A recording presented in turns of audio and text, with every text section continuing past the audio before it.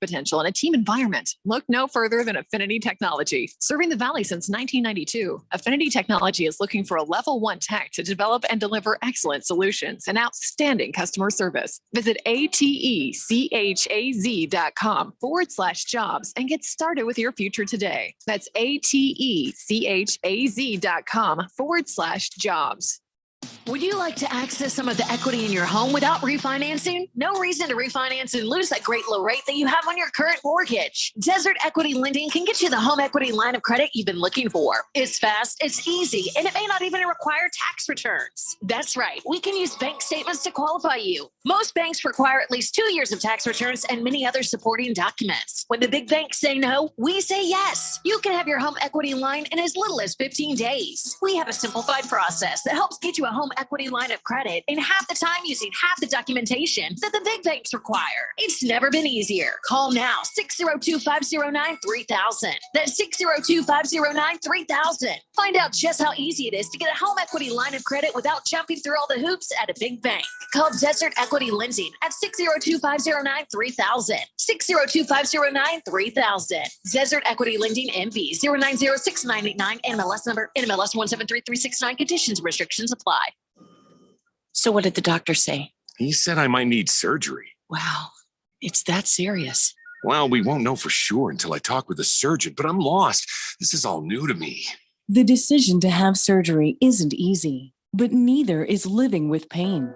There is an alternative to surgery. At the Naturopathic Physicians Group in Scottsdale, our doctors are experts in full spectrum care using a natural approach and can restore pain-free joint function so you can avoid surgery. Patients come in for a variety of issues, including joint pain, chronic conditions, and issues specific to men's and women's health. We also help restore balance in immune, digestive, and hormone systems, which often improves both immediate physical symptoms and also improves cognition and emotional stability.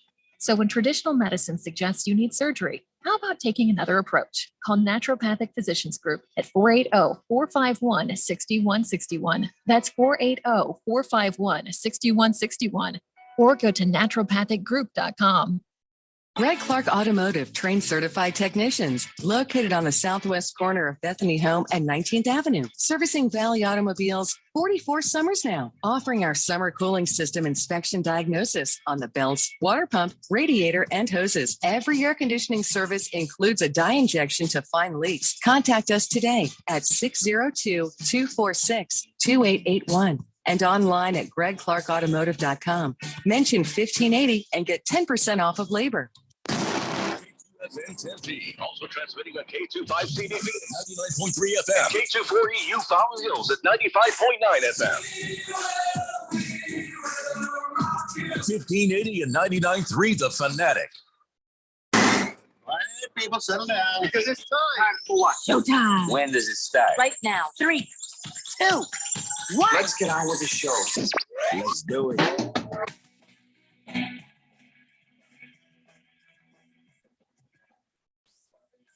All right, everybody, it's Friday here on the Daily Blender. I'm your good friend, your radio pal, Jeffrey O'Brien, alongside Randy White. Got Keon Rose in the control room, and you guys are on the Fanatic text line, 888-368-1580. Hey, wait a minute. Where the hell's Ralph from Harmon Solar? He said he was coming. Ooh, you need to invite him. That's probably on you. Did we not invite him? He texted me and said he was coming. I'm like, yay. And then I got distracted and forgot to tell Keon. He might actually be sitting there. Yeah. Hey, Ralph, are you there? I am. Oh, see, now he's upset. He probably is upset he didn't get invited. Oh, well, that's my bad. Anyway, we are broadcasting live in the Harmon Solar Studios in Scottsdale. Of course, if he's really butthurt, we are no longer broadcasting in the Harmon Solar Studios in Scottsdale. But that's on me, I guess. Anywho, we got breaking big news right now, and I'm going to let Keon sort it out for us. This is breaking news. Oh, yeah. Well, according to a report from ESPN's Pete Thamel, ASU also going to be jumping to the Big 12 along with Utah and Arizona. So that's ball game for the Pac-12, I guess. Yeah. You ever watch a conference just sort of disintegrate before your eyes? And I'm just glad that we're not getting left behind. I was a little nervous about that to see here goes Arizona, and Mr. Crow's like, I don't know. It's like, oh my God, are you stupid? Are you stupid? What the are you doing? So now he's got to get approved. Wouldn't it be something that the big whoever looks at us and goes, no, thank you. Well, the thing is that they wanted ASU and Arizona and Utah, so they're getting all the schools that they wanted.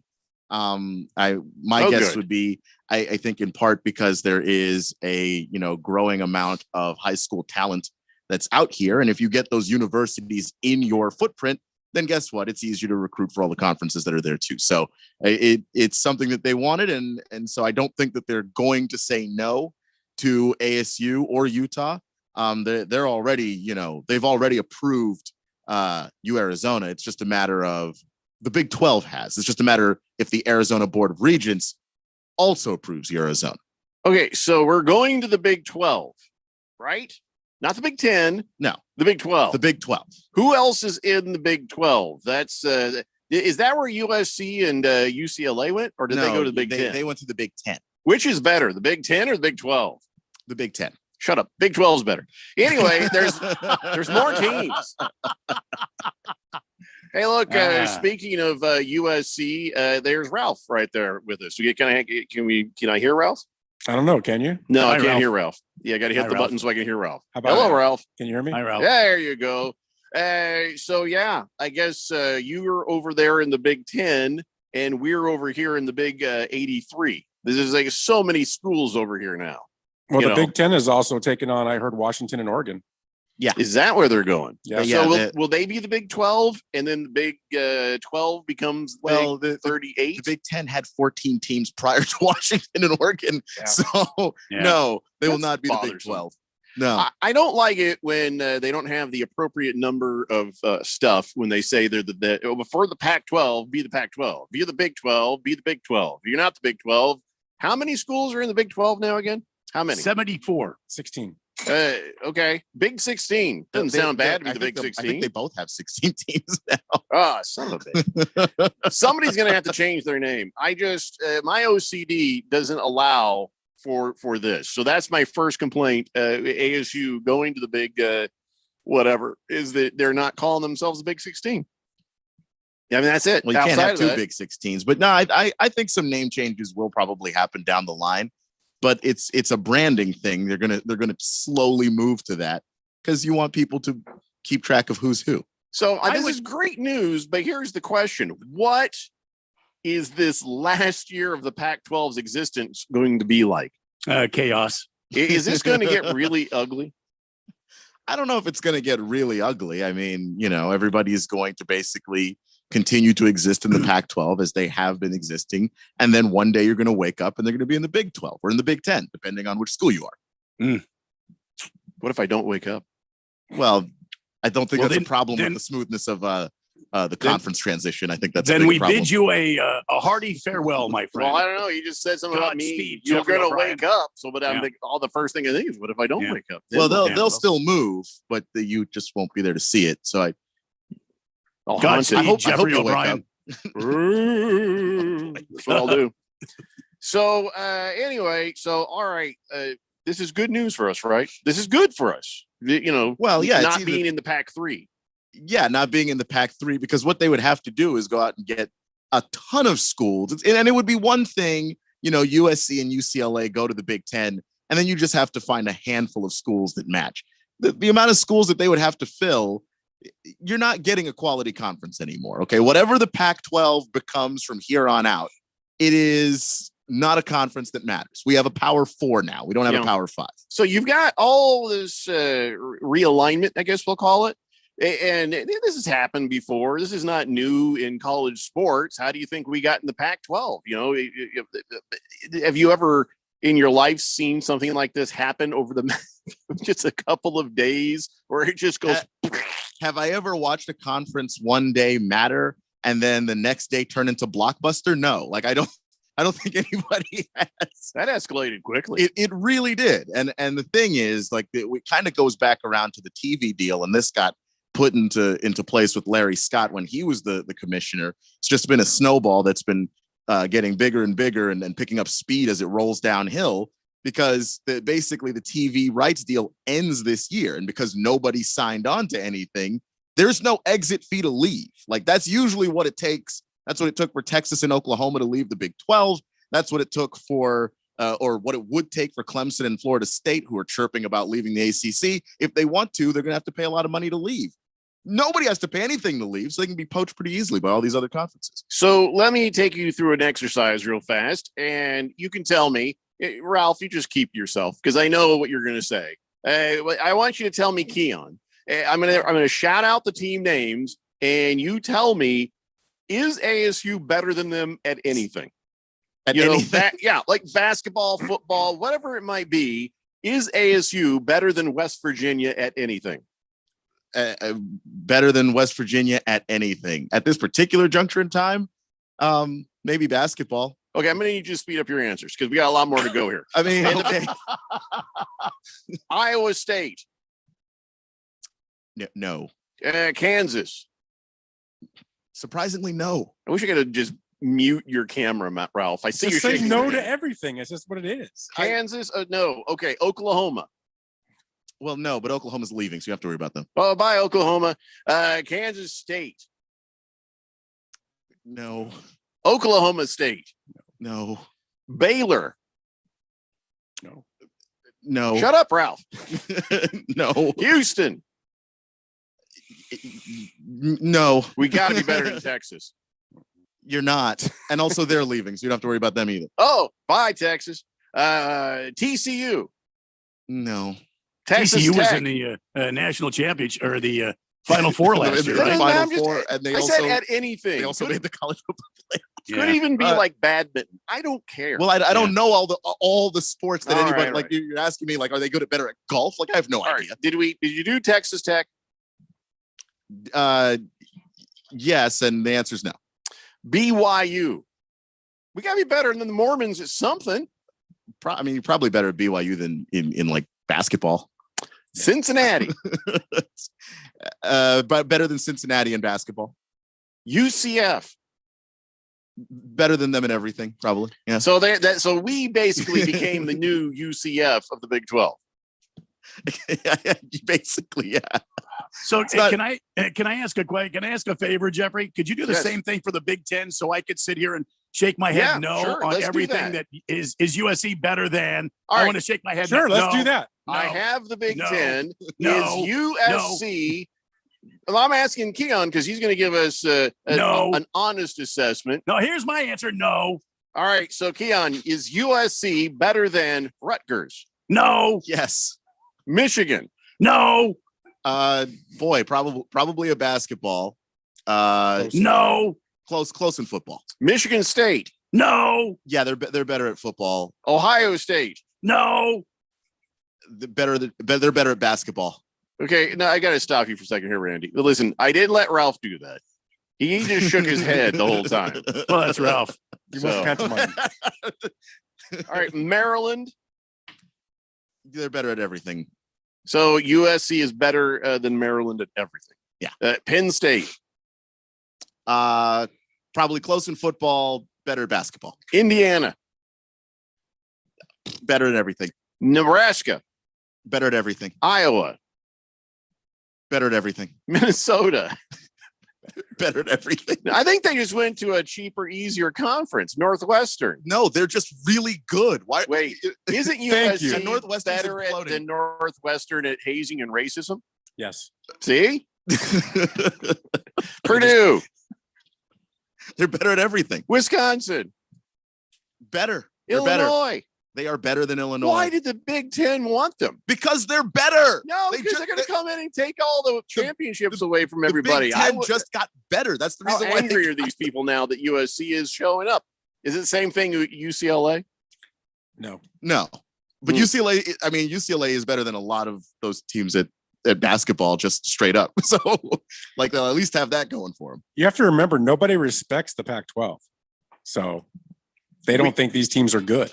Everybody is running out of the Pac-12. Right, but no one's ever. I mean, the Pac-12 You were was, in the Pac-12. and the Pac-12 was never a relevant conference because nobody ever respected them. They didn't Well, care about it. I disagree on the basketball front.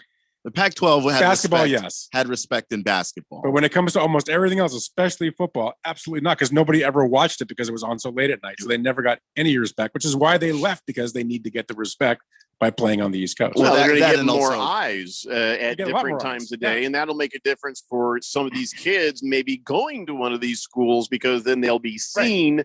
It's all part of the deal on getting on an NBA team or an NFL team.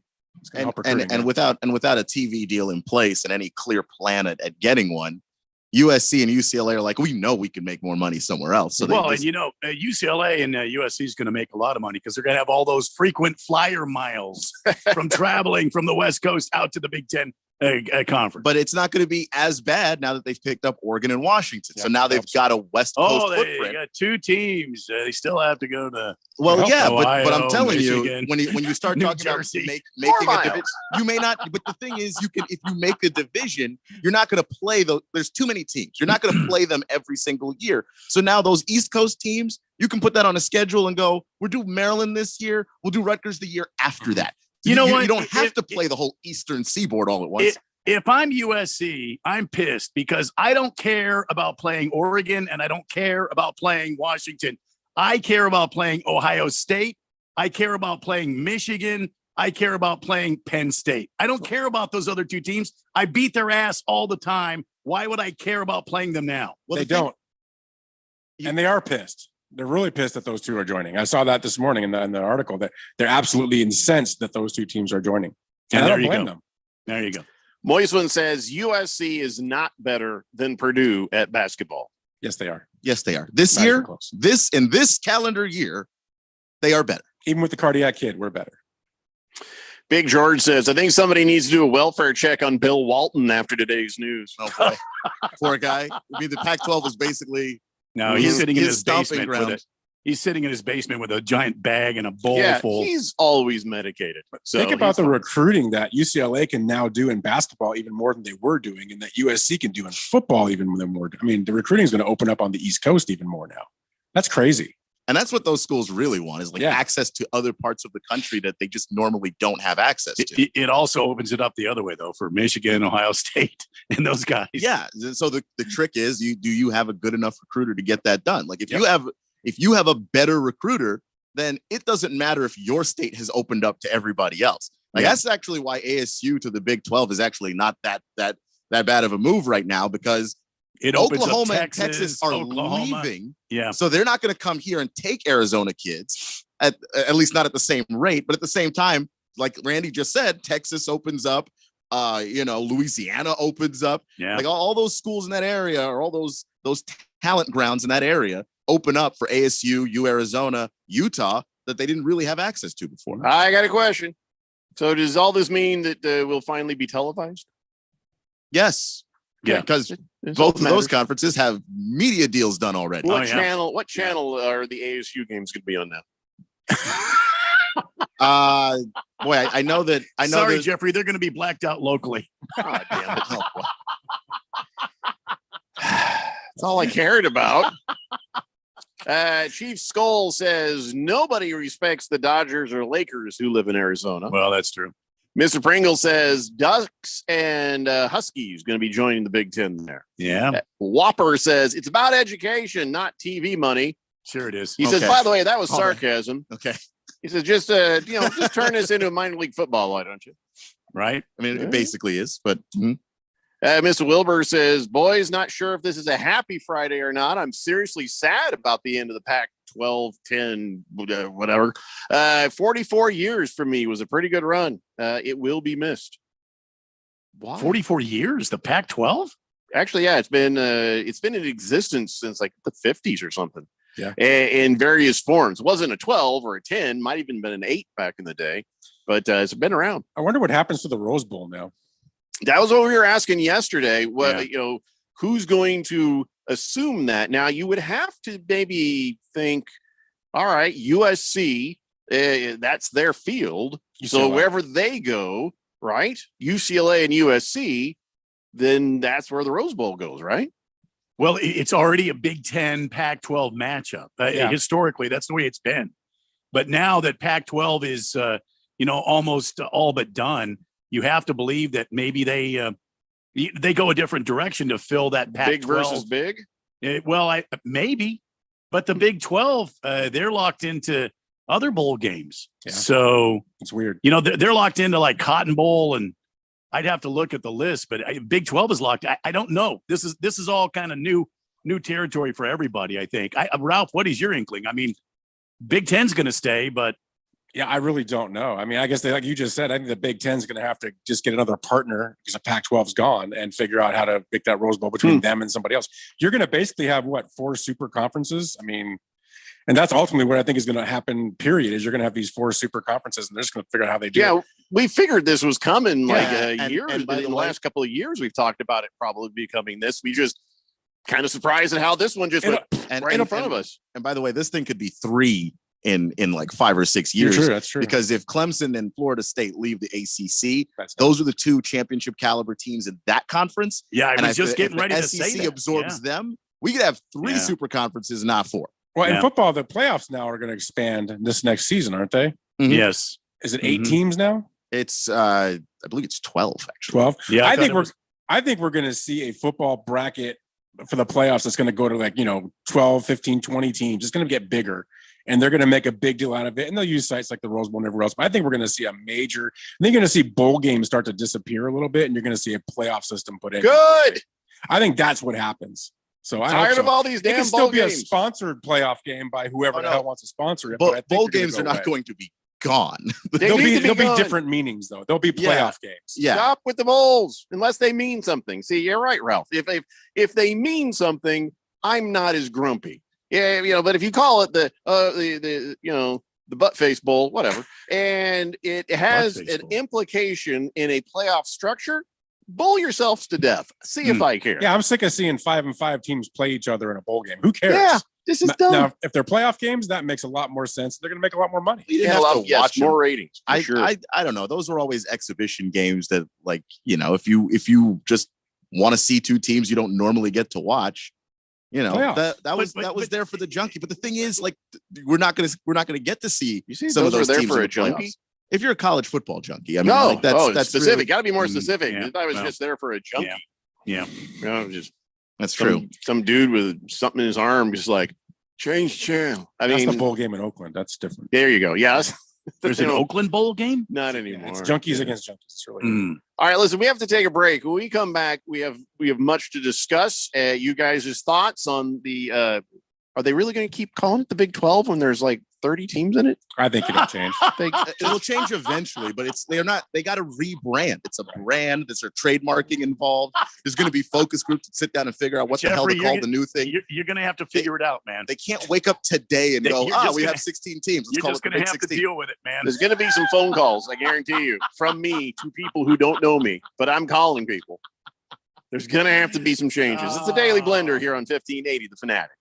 This is Brett Musburger's Action Update on 1580 and 99.3 The Fanatic. The best way to start betting smarter is to sign up for a free VSiN subscription at vsin.com/subscribe. That's vsin.com/subscribe. Major League Baseball tonight, the Arizona Diamondbacks are in Minnesota to take on the Twins. It'll be Merrill Kelly getting the start for the Diamondbacks, while Bailey Ober will counter for Minnesota. Arizona minus 182, getting a run and a half on the run line. Minnesota minus a run and a half, plus 150. On the money line, the Diamondbacks are plus 110. The Twins are minus 130 with an over-under of 8.5. Also tonight, the Dodgers taking on the San Diego Padres. Brady Miller against Yu Darvish. Dodgers plus 108 on the money line. Padres minus 126. I'm Tony Desiri with your VSiN Action Update on 1580 and 99.3 The Fanatic.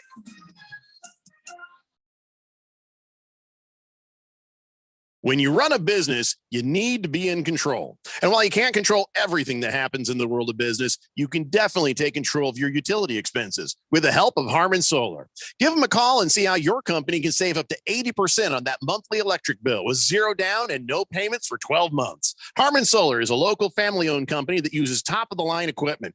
Call Harmon Solar, 800-281-3189. That's 800-281-3189. Or go to harmonsolar.com.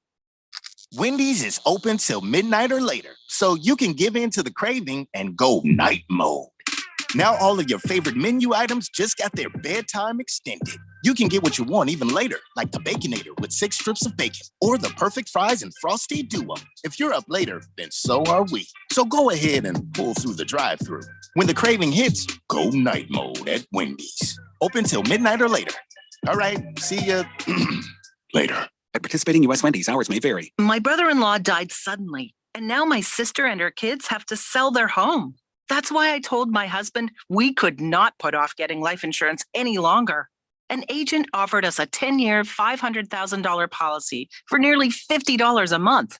Then we called SelectQuote.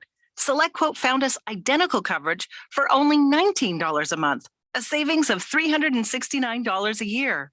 Whether you need a $500,000 policy or a $5 million policy, SelectQuote could save you more than 50% on term life insurance. For your free quote, call SelectQuote at 1-800-452-5050. That's 1-800-452-5050. Or go to SelectQuote.com. 1-800-452-5050. That's 1-800-452-5050. SelectQuote.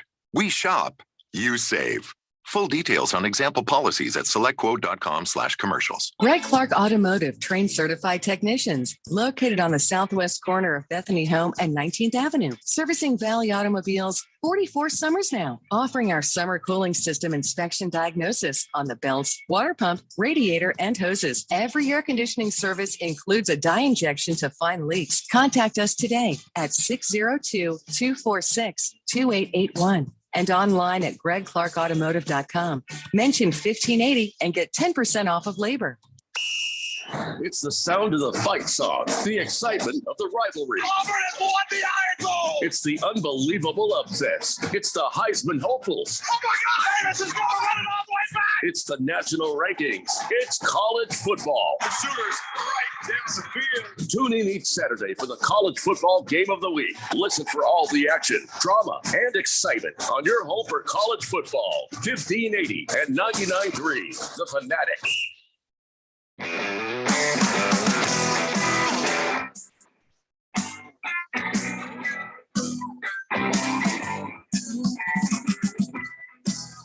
Daily Blender here on 1580, The Fanatic, and I'm sure, Ralph, you're going to join us on Friday, August 25th at 3 p.m. to 6 p.m. for the show, and then, of course, 7 p.m. is for the Daily Blender Fantasy Football Drafts. This is all happening at the Dave & Buster's in the Tempe Marketplace, and it's going to be a crazy party. It's going to be probably a little bit different than last year. Last year, we did it in the middle of the day on Saturday, and everybody was Boogie came pretty well pre-gamed and ready to go. So did Donnie. But for the most part, people kind of behave themselves. But it's a little bit different when it's a Friday night. You know what I mean? It's a little bit different when all the night guys start to show up. Is that like Wendy's night mode? Yes, it's going to be Daily Blender after dark for real. I plan on being there. I'm just getting my security detail finalized, but I'll be there. You probably should. It's a good idea. That's a good point. It's a really good idea. Yeah, that's a good point. I think the worst you need to worry about is a drive-by shouting. People just going to yell at you. But yeah, we're all set to go. We've got seats for everybody, places for everybody. All of the Daily Blender fantasy football leagues are filled, except for maybe 1 or 2 slots in one. I got a waiting list. I'm ready to start up another league. So if you still want to get in on it, you still can. You don't have to be in our Daily Blender fantasy football leagues to come to this party at Dave & Buster's. You don't. You can just come hang out. And by the way, there's plenty of room. I mean, we're in this kind of offset little area off to the left when you walk in. There's plenty of tables, plenty of space, and the food there is amazing. And there's spillover at the bar, which is great for everybody who listens. And the beer is cold, the food is flowing, and we're going to have a lot of fun. Yeah, absolutely. Show up for this thing. Mark your calendar. I ain't going to say save the date because I hate that term. That's kind of weird. I don't know why. Where did that start coming from? That's the thing girls say. Yeah. Don't save the date. Yeah. Anyway, Friday, August 25th at Dave & Buster's at the Tempe Marketplace. If you want information, you want to see a little map for it, go to 1580thefanatic.com. That information is right there. The thing we're trying to figure out, Ralph, is if we're going to draft the Premier League on Friday night or do it the next day from our houses online, just because of how busy things are going to be for us. Because the staff, people who are doing stuff with the show, I got to run around and help people who are having issues. I got all those drinks to drink and food to eat. And yeah, I'm fine either way, whatever works. All Doesn't right. matter to me. I mean, we're doing the show from there that day, right? Yes, sir. Yeah, we're doing the show 3 to 6. We're gonna get a little something to eat, and then we're gonna jump right into the Daily Blender fantasy football drafts. Yeah, So- I don't think we should do the Premier League there. I think we should. But do then it when I'm again, why at shouldn't home. we? Maybe we should. I don't know. I'm kind of on the fence about this. Part Jeffrey, of me I'm gonna wants to be warn you- available to help the super fans with their tech issues. Exactly. But the other part of me thinks it'd be fun to sit there and talk bleep to everybody right there while we're drafting. The last time that we did this in public with the fourth dimension around. Yeah, I know. Yeah, I know. Yeah, people screwed with us. People, me specifically, trying to distract me, saying, "Oh, I need help with the tech thing," and it was I didn't even know it was my turn to draft. It auto drafted on me, and I came back, and I'm just like, "Oh, son of a!" And it was Boogie. Boogie and Berg were taking you to task. No, it wasn't Berg. It was Boogie and no, it was TV Berg. King. It was him too. Hoodzao and Boogie, but Berg was there too. He was kind of moving around in the shadows. No, Berg wasn't. He wouldn't bother me. He actually was moving in the is shadows. my witness that Boogie was tampering with my draft. Have you noticed he's your witness a lot? Don't start, Randy. Have you noticed that? Can you just let it go? It's how many years? 5 years now. 5 years ago, I win Ralph, the cancer walk, Ralph, and he when you can't seem to let it go. When you hear the phrase "cancer walk," do you equate that into some sort believe of you're bringing this up. athletic event, like a I don't know, maybe a race? Yes. Thank you. Thank you. You have to be walking. Yeah. That's right. There's a Dodger finish fan. line. Never mind. And somebody had to pass the finish line, and it happened to be I've me done before you walks guys. before. There I've done was those no finish line. There was no. I have photographic there evidence. was no. Yeah, they give you a no. route. They typically will No. give you a route. No, Yeah, walk it. Or else everybody be wandering. It'd be a cancer wander. You guys, There was an both. objective, and I beat you to it. God, this is the worst thing I mean. Why really, did you bring this- it up then? Well, you brought it You up. have brought it You're up the one over that and brought over. it I up. didn't I bring was up the trying to cancer protect walk. you from Berg, That's who not was true. trying to get you off You're your game. just looking for any audience that might actually be on your side on this, and so far you are zero for everything. I can see right Randy, now. you that got to Ralph- tell me. You got to tell me your side pre, so I know I can go after him. You didn't. By tell the me. way, there is another cancer walk coming up in October, according to Berg. Just saying. You should do it. Those are good. Bring it on, guys. Maybe this I is can your tell chance. you who won't be there because he's tired of hearing the same old business every year about how there was some sort of a race and there wasn't any race. Well, it's not an official race, but there is a pattern that Thank you have you. to walk. And Thank you. There's a track. Thank you. No, thank you. Thank like you. we've done You that. can't I've done win those if you walks. don't show Thank up. you. No. You've said enough, Ralph. Just go ahead and stay there. in the I've done corner. them before, like at the zoo and stuff. They had walks. And they had, they had a trail. Yeah, but I stretched out. You didn't stretch out. That's the way it goes. There was no Parades have first routes. That place doesn't mean they're a ribbon. race. There was no participant ribbon. It was just come out here and, I've got a and great walk photograph. around. We No, had no, ribbons. no. Me There doing was no like ribbon. this. There was none. I had the victory pose. There right was there. no. There was no ribbon. There was no trophy. There was nothing. You There knock was kids over and absolutely you nothing. knock people over. It's Well, It must have he meant did. something, or else He you did. wouldn't be this upset about it, Randy. I'm not upset at all. I'm You just have trying to been set the record bitching straight. about this. I'm for trying to 5 make you quit straight looking like years. a complete and total ass by calling this a race. What I look like is a winner because I won. Hmm. 888-368-1580. You won the I cancer did. I won the cancer You walk. won the No. cancer walk. No, That's a weird sentence. That's I'm not a gonna lie very to you. weird sentence. Yeah. The I cancer. have listen. If you want to see people won the run, cancer you walk? want to see people actually get moving in a cancer Mm. walk or something. Here's what you do: you tell everybody at the beginning, "Hey, the last person across the finish line, we're going to inject you with cancer," and then everybody's like, "Ah!" The AIDS Not- walks would be the not- fastest things you've ever seen in your life if Wow. you did it my way. Well, first Not off, just they any would cancer no either. longer be walks, but that's It'd besides be the point. Desperate sprints and fights. It'd be amazing. Because I would turn into Usain Bolt. But the point is, like, that's There's Keon going past the finish line. Just like Usain Bolt. That smile. That Like, is just. There's no way. But that look, you can't win a cancer. oh my God! Thank you, Keon. All I hear is people who have Thank not you, won Keon. one. So Yeah, thank you, I've Keon. never participated. I'm just saying it sounds weird People for have to hear not you say that. just tired of this. I'm tired of you all trying to take me down. A parade has a route, but that doesn't make it a race either. Ralph, remind me to tell you the backstory of that cancer walk too. By the way, Okay. there's a very funny story that goes along with that walk. No, There's more. Oh yeah. I can't. About the boring guy? yeah, I know. boring guys. It was so bad. It's worse. It's worse. Big George. And you think I'm mad? Big George says, I feel so bad for Oregon State and Washington State. They're getting left out in the cold, and they're probably going to get absorbed by the Mountain West. I don't care about Stanford or Cal. They always acted like they were better than everybody else. So good riddance to those guys. Well, I feel Stanford's probably going to go independent. I would imagine. and they can actually do it, and Yeah. they'll be okay. They'll be what BYU. But was. Cal doesn't realize anything's happened yet because everybody there is stoned. That's true. It'll be a couple of That's years. probably true. Yeah. They'll Maybe. wake up in 2026 and go, hey, where'd everybody go? What? So you're Navy telling me Brad. this is the Pac-1? Navy Brad says whiskey for Randy and Jeffrey and Keon and Shirley Temple for Ralph. Wow. Hmm. I like Shirley Temples. Moist One says draft the Premier League on Saturday. Okay, so he is the two-time winner of the Premier League, the only one we've had so far. So Then that's his it. I vote. say we draft on Friday during the damn You have to spend time with him. Whatever day he He's a wants, two-time obviously. winner. Yeah, you're right. You're right. Why are we helping him out? Well, now I'm Oh, leaning no. towards Friday again.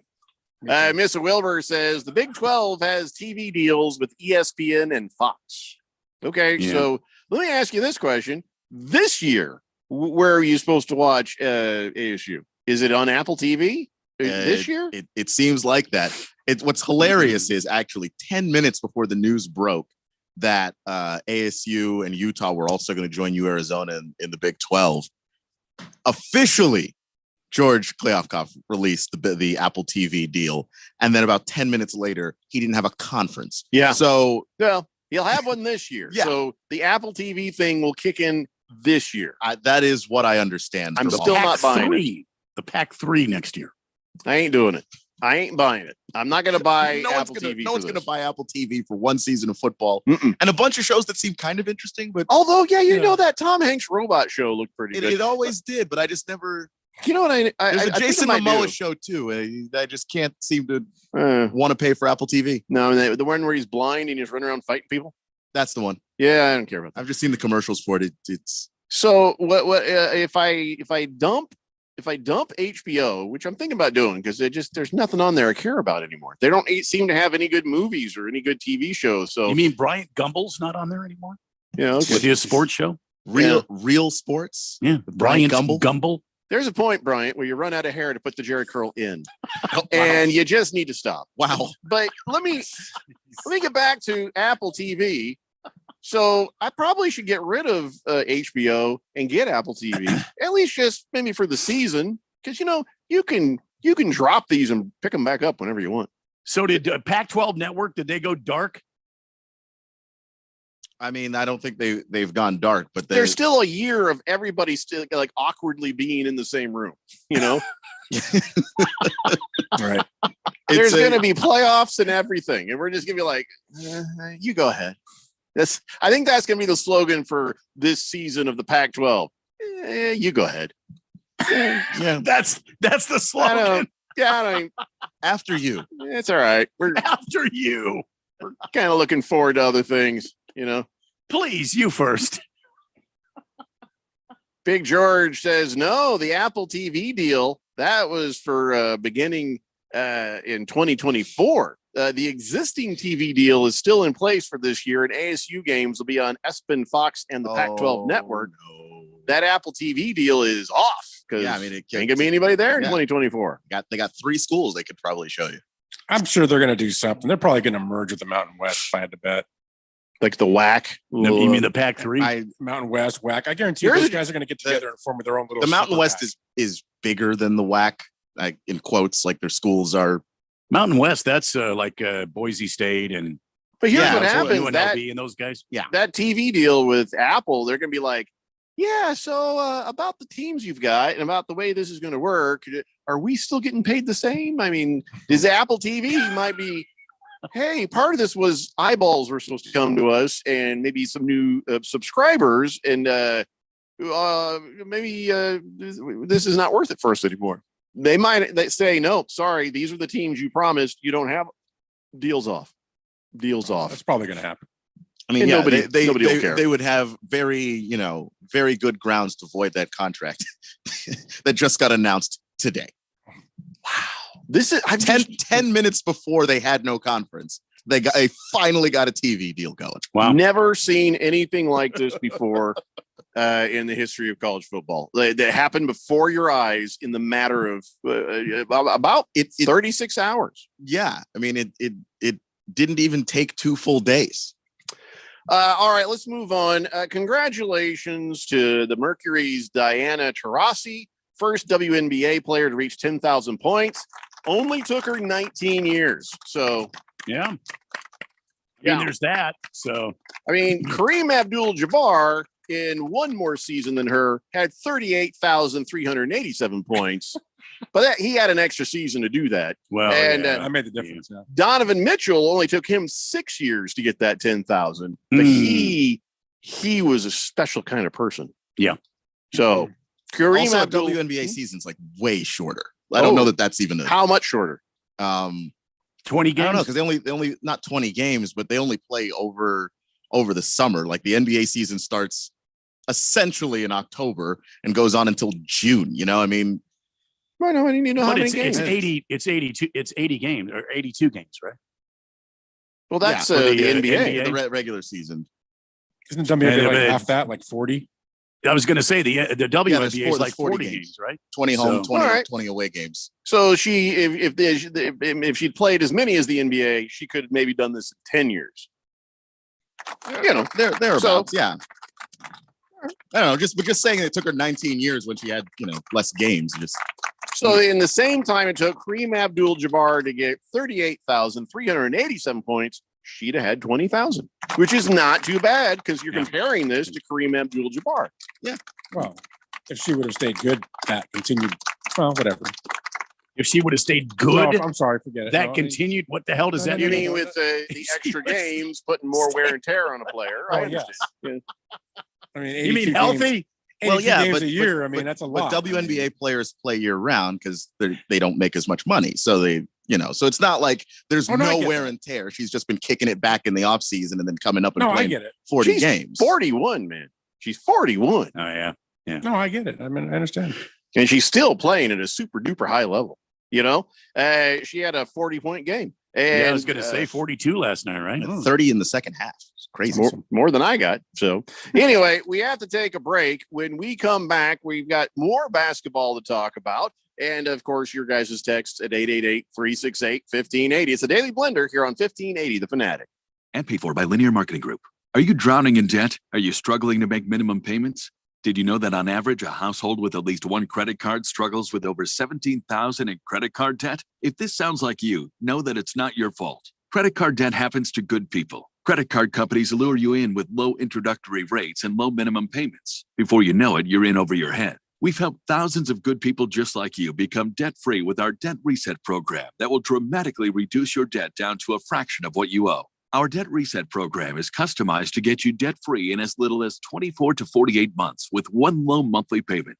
If you owe over $10,000 in credit card debt or even personal loans, call 800-268-1993 now. There are no upfront fees or out-of-pocket expenses. You don't pay a dime until we succeed.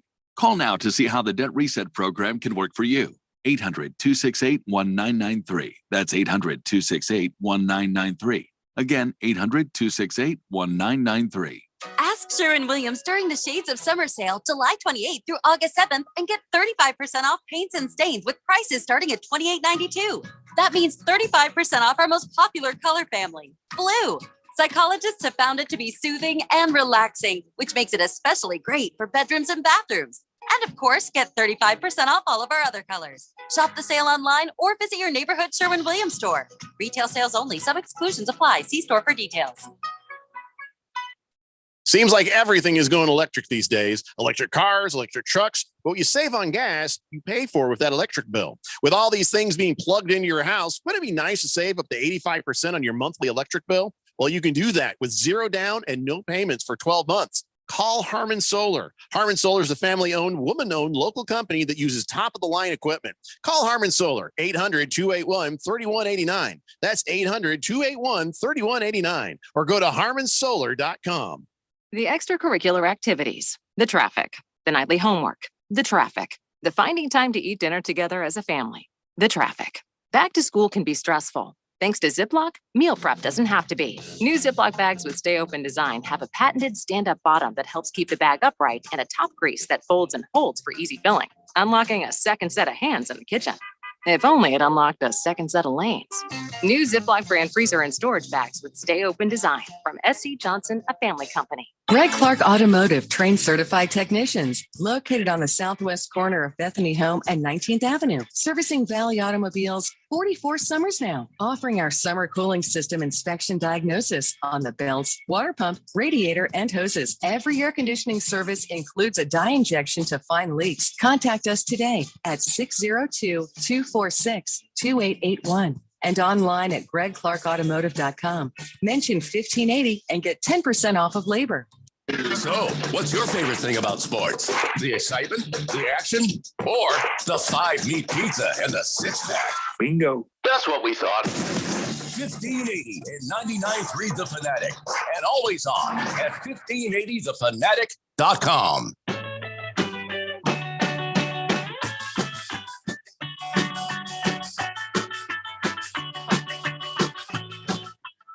World Cup for women's soccer going on right now, and the USA Team USA currently on the world stage. No better place to get in on the action and on FanDuel.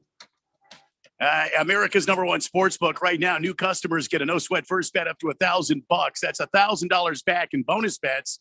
If your first bet doesn't win, just go to FanDuel.com/Randy1580 and sign up today. A lot of things to bet on. I mean, you got long shots. How many goals will Team USA score in the second round of this thing? It's win or go home. And I believe, if I'm not mistaken, and I'm not a big fan of soccer, but I was hearing the numbers today. I think Team USA only scored 4 goals in the first round. Not going to get the job done. Do they score more than 4? We'll find out as time goes on. But I mean, you could bet on Team USA, the total points that they're going to score, maybe player props.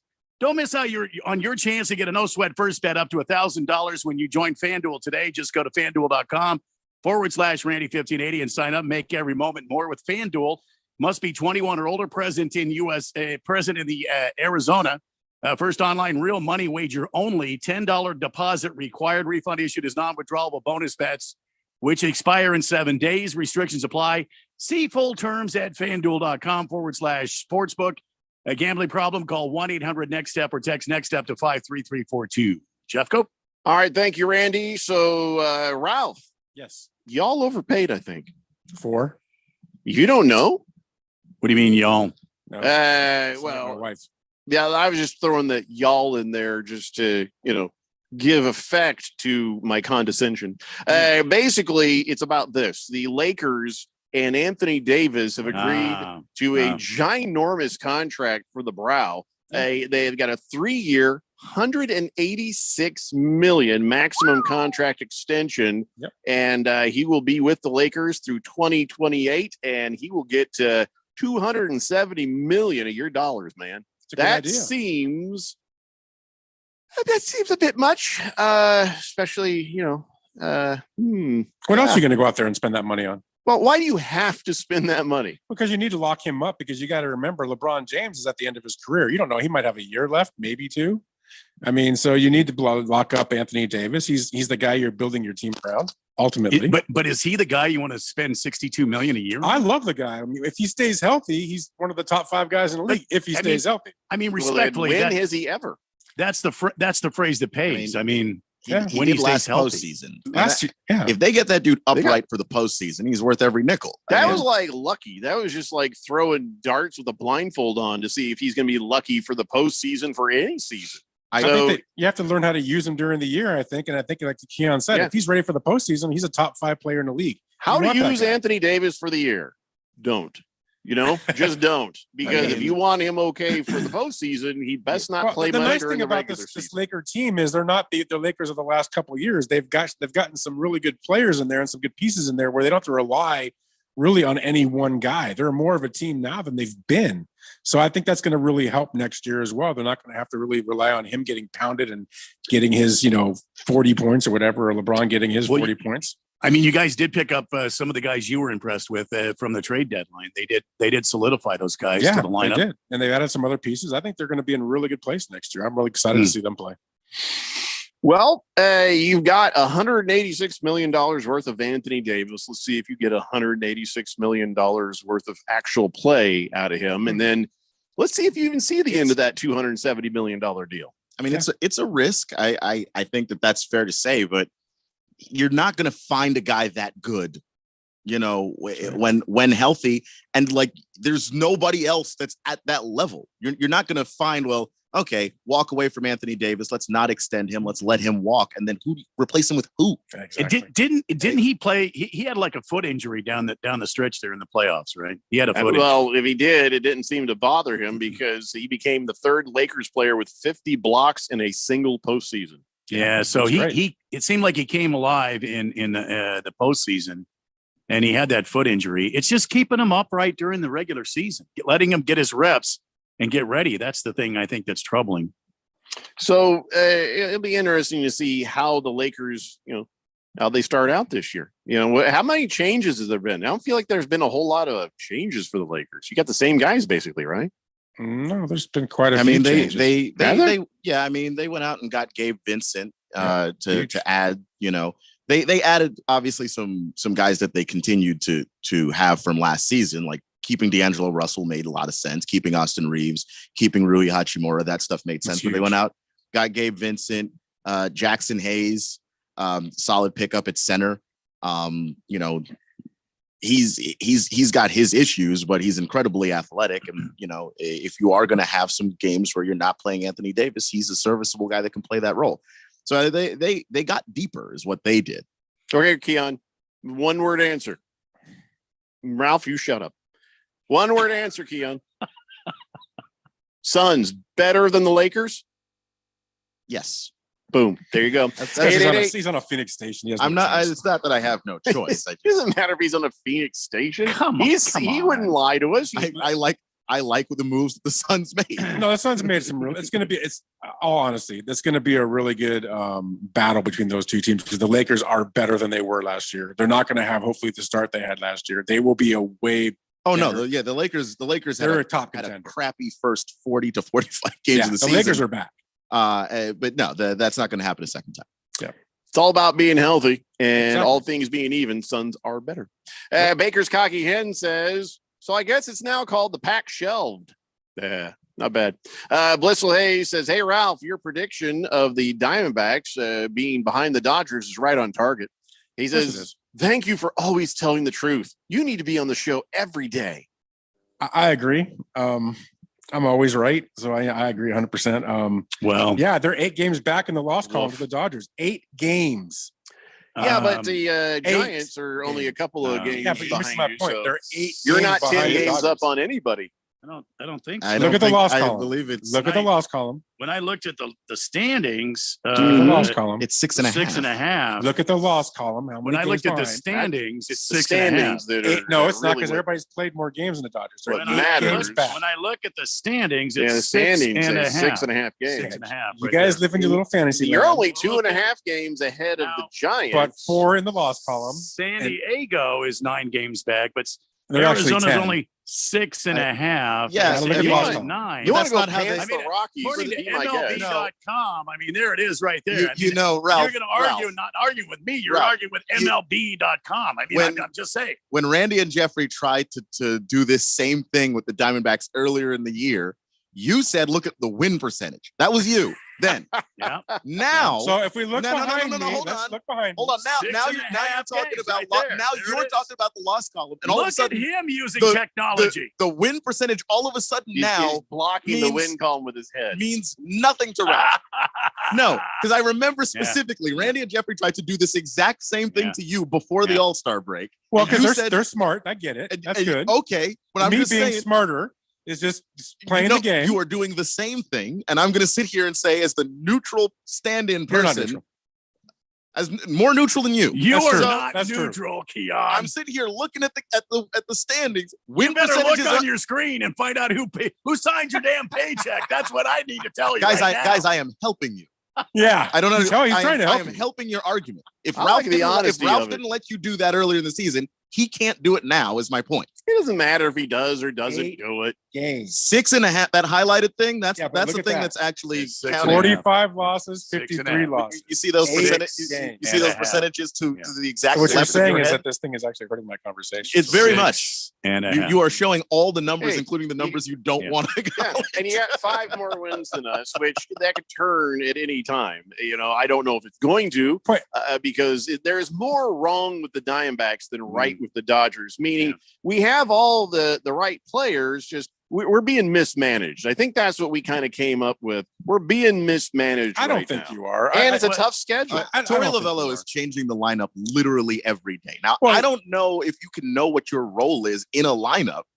If one day you're batting third, and the next day you're batting fifth, and then the next day you're it's just it's nonsensical. Guys are getting days off that you don't get days off with this few games left in the season. But other than pitching, obviously, which is an issue still, Corbin Carroll is not what he was. I mean, he had a bad July.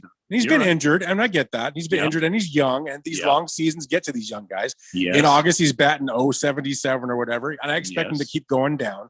And they were riding that horse for the first few months. Well, that horse is out of gas. Yes. And they haven't had anybody else step up that can help them continue down that path. And oh, you mean the overrated Ketel Marte? Yes, I agree. so, I mean, I think, honestly, all garbage aside, I think the Diamondbacks probably fall behind the Padres, too. I think it's going to be ugly. They're going to finish probably, I said 10, 15 games out, maybe more. And it's a shame. They'll probably be below 500. You said 10. You said 10. No. and it What might he be said worse. was the Dodgers would win the West by 10. By 10. And they still will. Going away. Doesn't He look said they like would it. win by 10 going away. The Dodgers are struggling with pitching right now, but they're getting some guys back. I mean, that's their big issue So right you now, don't but they're think hanging that in the there. Giants are going to stay there?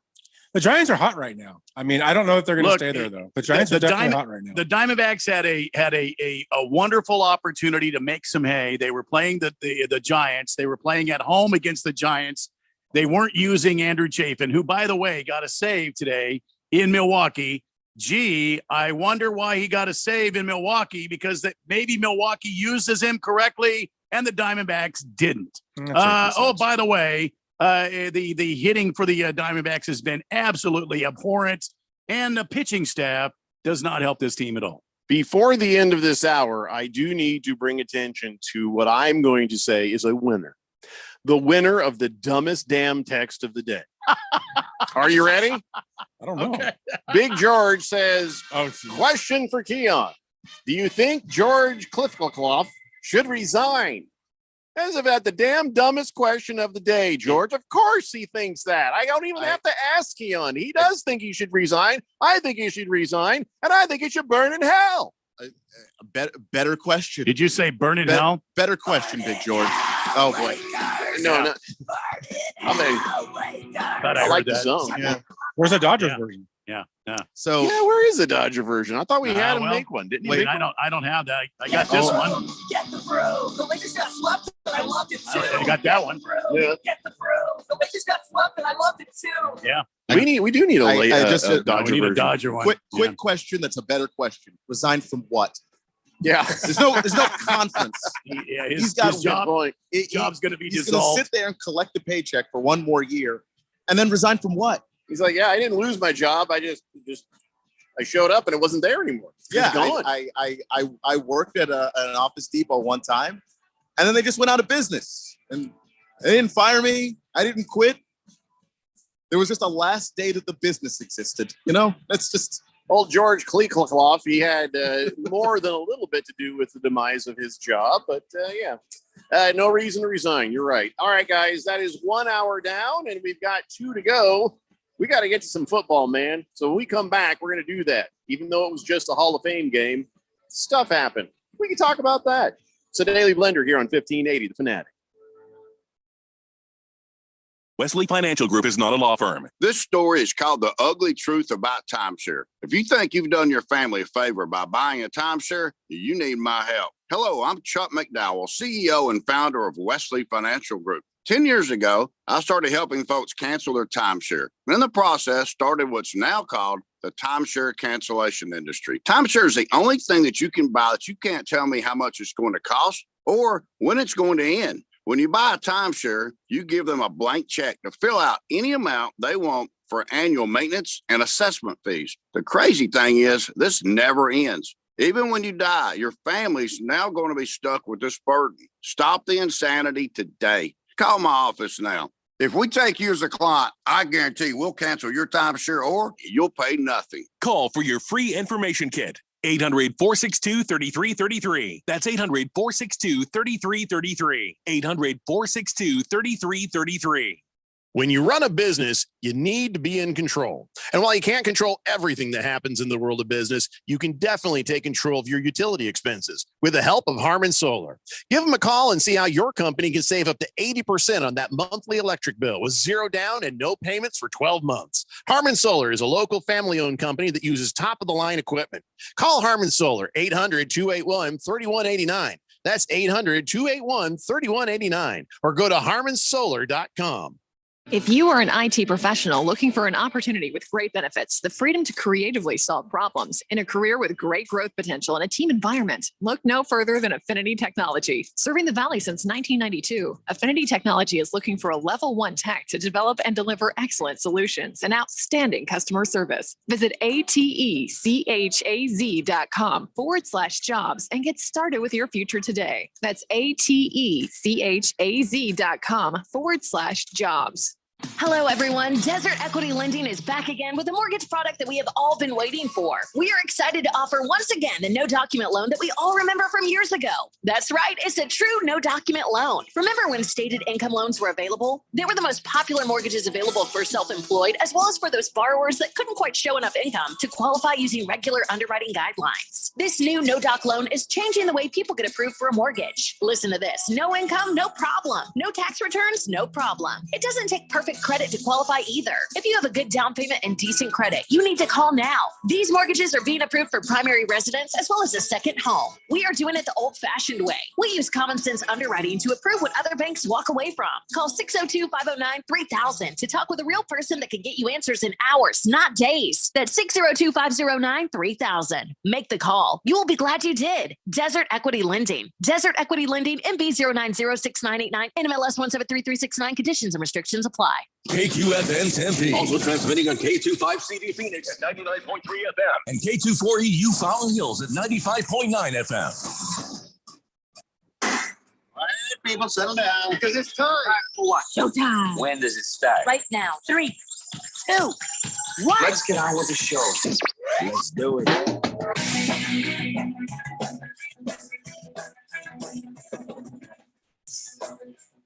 All right, everybody, it's 4 o'clock here on the Daily Blender. I'm your good friend, your radio pal, Jeffrey O'Brien, alongside Randy White. Got Keon Rose in the control room. Ralph from Harmon Solar is with us. And you guys are on the Fanatic text line, 888-368-1580, as we're broadcasting live in the Harmon Solar Studios in Scottsdale. And it's National Chocolate Chip Cookie Day.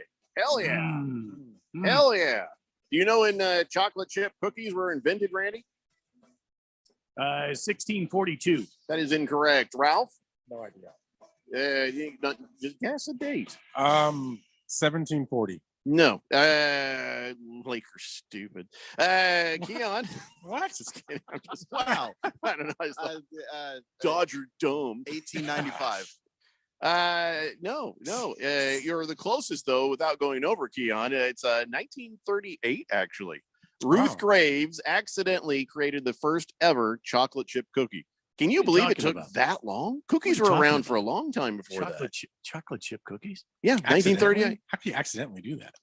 Well, she's making some non-chocolate chip cookies. Oh, look, I've dropped a piece of chocolate in the cookie. I'll just Oopsie. take it and see what happens. I mean, all of the classic food stories are basically accidents. Yeah, peanut butter and jelly, Mhm. Reese's peanut butter cups. You got your chocolate, my peanut butter. No, you son of a bitch! You got your peanut butter in my chocolate. I'm about to whoop your ass. Oh, Yeah. Oh, yeah, I good, remember actually. those. Never mind. Yeah. And then the chocolate chip cookies, they didn't start selling them, nationally till like 1963. True You know what? story. I every year Miss Kim and her sister and they do like a holiday cookie baking day. Yeah. And I get presents. Yeah, oh, yeah. From them. Miss Kim brings me home. Do you judge? She'll ask me. She'll ask me. No, I don't get to judge. I'm not the elder statesman Oh, I see. of the family. If I were, I would get to judge that. Mm-hmm. But I don't. But she'll bring me home samples from that. Yeah, I guess you don't In need to my- declare best cookie as long as you get the best cookies. My favorites that she brings me home. There's a couple of them, Mhm. but my favorite is the M&M chocolate chip cookie. It's kind of like cheating, though. You're dropping M&Ms into cookies, and they ain't chocolate What do you chips. mean? That's cheating. kinda I cheating. mean, that's like heaven. Oh no, I love them. I just feel like you're just kind of giving up on. This year, I think I'm going to ask her for Reese's Pieces chocolate chip cookies. Do they do the fudge thing too? The fudge. Yeah, do they make fudge No, also? they don't do the fudge. They do, like they have a whole bunch of stuff. And my God, they do the crispy you put the egg foo young noodles in there with all the what do you call those, the haystacks? Oh my yeah, God, I love those. Love those. Oh my God, with the peanut Yeah. butter and God. My go-to here at the house is Yeah. Chips Ahoy, and the crunchy. Every now and then, I like to mix it up and get the soft kind. And and then my wife, I say, "Hey, honey, how about we go crazy and maybe you bring some Oreos home?" And I like regular old Oreos. She keeps trying to give me the thin ones. And I'm like, hey, I understand you're trying to make a fat crack here, but I'll tell you what's going to happen. You give me thin Oreos. I'm not eating 2. I'm eating 4. I'm getting my full 2 Oreos, whether you give them to me thin or fat. So if I get 2 Oreos out of a regular thing, I'm eating 4 out of that little thin thing. Now, My my reason for mother-in-law- thin Oreos. My mother-in-law, she used to buy me like the Costco box that's got like 12 sleeves of those Oreos in there. Wow. Oh yeah. Didn't even know that existed. Oh my God. Yeah, you got to get those. It is 2, 4, 6, 8, 10, 12. Oh, I mean, that's Christmas right there, Jack. She brought some lemon Oreos home too, the thins. And I was just like, okay. How are they? Are they okay? Yeah, they're okay, but you know what I did? I ate the hell out of them as fast as I could to get to the good Oreos. You know what I mean? It's like, hey, we're out of Oreos. Why did I just buy some? Don't know what to tell you, the kids. These kids. And then she had to go get some more. And she's like, well, I guess I better go back to the regular Oreos there. Just get double stuff. Yeah, you know what? I like them all right, double stuff. But I don't know. But if you have the double stuff, you got to have an icy cold glass of milk to go with it. Yeah, milk Or foam is and ice cream. milk is kind of needed for these Oh, kinds and of ice cookies. cream. Oh, Ralph. That's what I do. I break them up into vanilla ice cream. You know what I like is I like as far as cookies go, an oatmeal raisin, a nice warm oatmeal raisin cookie, fresh out of the oven. That's some good stuff right there. See, the problem is with me. You start putting raisins and oatmeal on board, things start happening. Right? The launch sequence starts. That's good for you. Yeah, well, okay. All right. I had a box of raisins that are covered in yogurts the other day, and I'm no. like, well, this is different. And I'm just like, and effective. See you later. I'll be Yeah. I'll be gone for a minute. I'm gonna pause the show. I need to go to the bathroom right now. Yeah. Oh, that fast for you, huh? Yeah. From raisins, really. Yeah. I may have to What do leave you just think talking raisins about are, Ralph? They're miniature prunes. Well, they're grapes that are dried out. Yeah. Same thing. I may have Anyway, to leave the show here in any second. We keep talking about this, so I may have to leave. I got some Chips Ahoy downstairs right now. Bruno Baller says, you guys sound like a bunch of stoners with the munchies. Yeah. It's funny. You know what, Bruno Baller? Randy's so stoned he forgot what he was going to say. Walter Mellon says, how many, hey guys, there's nothing like fresh baked chocolate chip cookies. So a little hack. If you have a toaster oven, you throw those bad boys in there and just kind of reheat them. Maybe even have it with a scoop of vanilla ice cream. It's amazing. Well, you do. It's Arizona. You put them on like a plate and stick them outside for a damn minute and bring them back in. Well, it's in the thing. summertime. It's in the summertime. You can't do that when it's It's always summertime here, Randy. Baking time. Randy's chuckle says, "What's the happy accident that created head cheese?" What? Fish Tank says, "I think the Diamondbacks have overachieved a lot this season, and now they're coming back to earth a bit. Remember, we thought this was a 500 team at best at the beginning of the season. Yeah. I mean, we were very pleased and happy that they did overachieve, and we just hate to see it go like that. It's like, but let's face reality. I don't think any of us ever thought that this team was going to be in first place in the National League West ever this season. I certainly didn't. I thought this was going to be a third or fourth place team. I felt like they had a good young nucleus. I feel like you're exactly right. The text is exactly right. I think they overachieved for much of the season. The problem is at the trade deadline, instead of going out and getting something that can help you in the future, I mean, what did you do? You got Tommy Pham. You got some budget-minded move from the Oakland Athletics. How is he going to help you? That was just kind of filling the space because Evan Longoria is hurt. And you got a guy that's normally a 4+ ERA pitcher from Seattle. You brought him in to be your closer. Yeah, he's a closer. We get what the we Diamondbacks get next year. We get what we get. Beer Bob says the best cookie is the peanut butter cookie. Yeah, they're okay. He says no. With the Hershey's Kiss squished right down in the middle of it. Yeah, it makes them better. Those makes are it good, a chocolate chip peanut butter cookie though. Oh, but they're good though. Yeah. Baker's Cocky Hen says the best variety of Oreo is golden. Also makes for the best shower according to R. Kelly. What? Gosh. I am going to get me some cookies at the next break. I can't believe I forgot to bring some up here. I got a shload of them downstairs. All right. Turd Ferguson says, guys, I'm ordering pizza. I need your consensus. Best toppings, having a debate. Well, just whatever the hell you want to eat, Turd. Whatever you want to eat. And may I call you Turd? I feel like we're in a first name basis now. Pineapple. Pineapple. Get the meat lover. I love pineapple on my pizza. I'm good with pineapple. Yeah, you get the bacon on there, and you get the sausage, you get the pepperoni. Oh, you get all that stuff on there. Yeah, that's what you do. You get what you want, man. I mean, I like a ham and pineapple pizza, and I like a mushroom and pepperoni pizza, and I like sausage pizza. Hell, put all of it on the same pizza. I'll eat it. Don't even care. Keon's not liking the pineapple. Have you tried it? You don't like the pineapple? I have tried it. That's how I know I don't like it. I don't want I don't want my pizza to be sweet. Have you had pineapple and pepperoni together? I have. Not a fan. Doesn't do anything for me. Sorry. And I don't tell anybody what to eat, but I will silently judge you while you do so. Wow. It's gonna happen. I mean, if somebody brings a Hawaiian pizza, I'm eating Hawaiian pizza. I don't even care. Oh, yeah. I'm not picky. It is weird though when the pineapple is kind of hot. That's kind of confusing. I'm not used to having a hot pineapple. Can I ask, how do they call it a Hawaiian pizza when it's got a pineapple and Canadian bacon? Just the fact pineapple's on it. That's the only reason they call it that. But yeah, you got to have some ham or Canadian bacon. I like diced ham on there. Hot pineapple you've had on a burger before, right? You ever grilled a pineapple? No, I've never done that. Never felt like, oh, really? What's my burger missing? Oh yeah, pineapple. Grill a pineapple, put some teriyaki sauce on it. It's amazing. I don't want to put teriyaki sauce on my burger. Yeah, I put peanut butter on burgers. Go to Red Robin. Go have a bonsai burger. Really good. All right. Well, Red Robin, how old are you? There's one right down the street here. I mean, no, they've got is that like the new Luby's? Fries. Isn't that what that is? They have the new They got the great fries. They have the great. You just fries. like being the youngest person somewhere.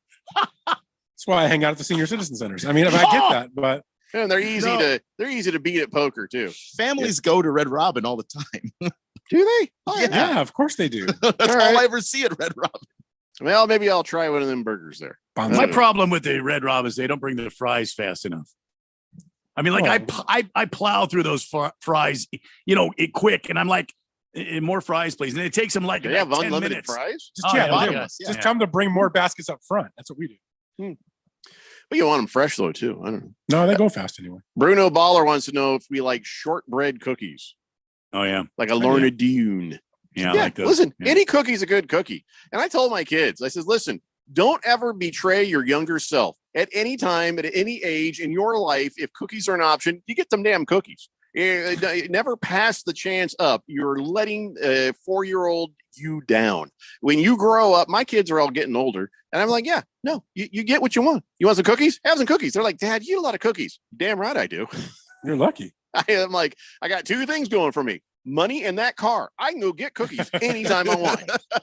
Why would I betray 8-year-old me? See, I can't. I have gluten issues, so I can't have a cookie anymore. No, it's Yeah, hard. well, you're not going to betray 8-year-old you, which is the kid with can't. food allergies. So Yeah, I mean, so we all feel sorry. enjoy them while you can. You kind of ruined us taking peanut butter and jelly to school, that's for sure. Watermelon says supreme, thin crust, square cut. Yeah, it's all good, guys. It's all good. We don't have to debate this. Except without the onions and mushrooms. Yeah, Other than that, I'm good. no I'm onions, good with it. please. Yeah.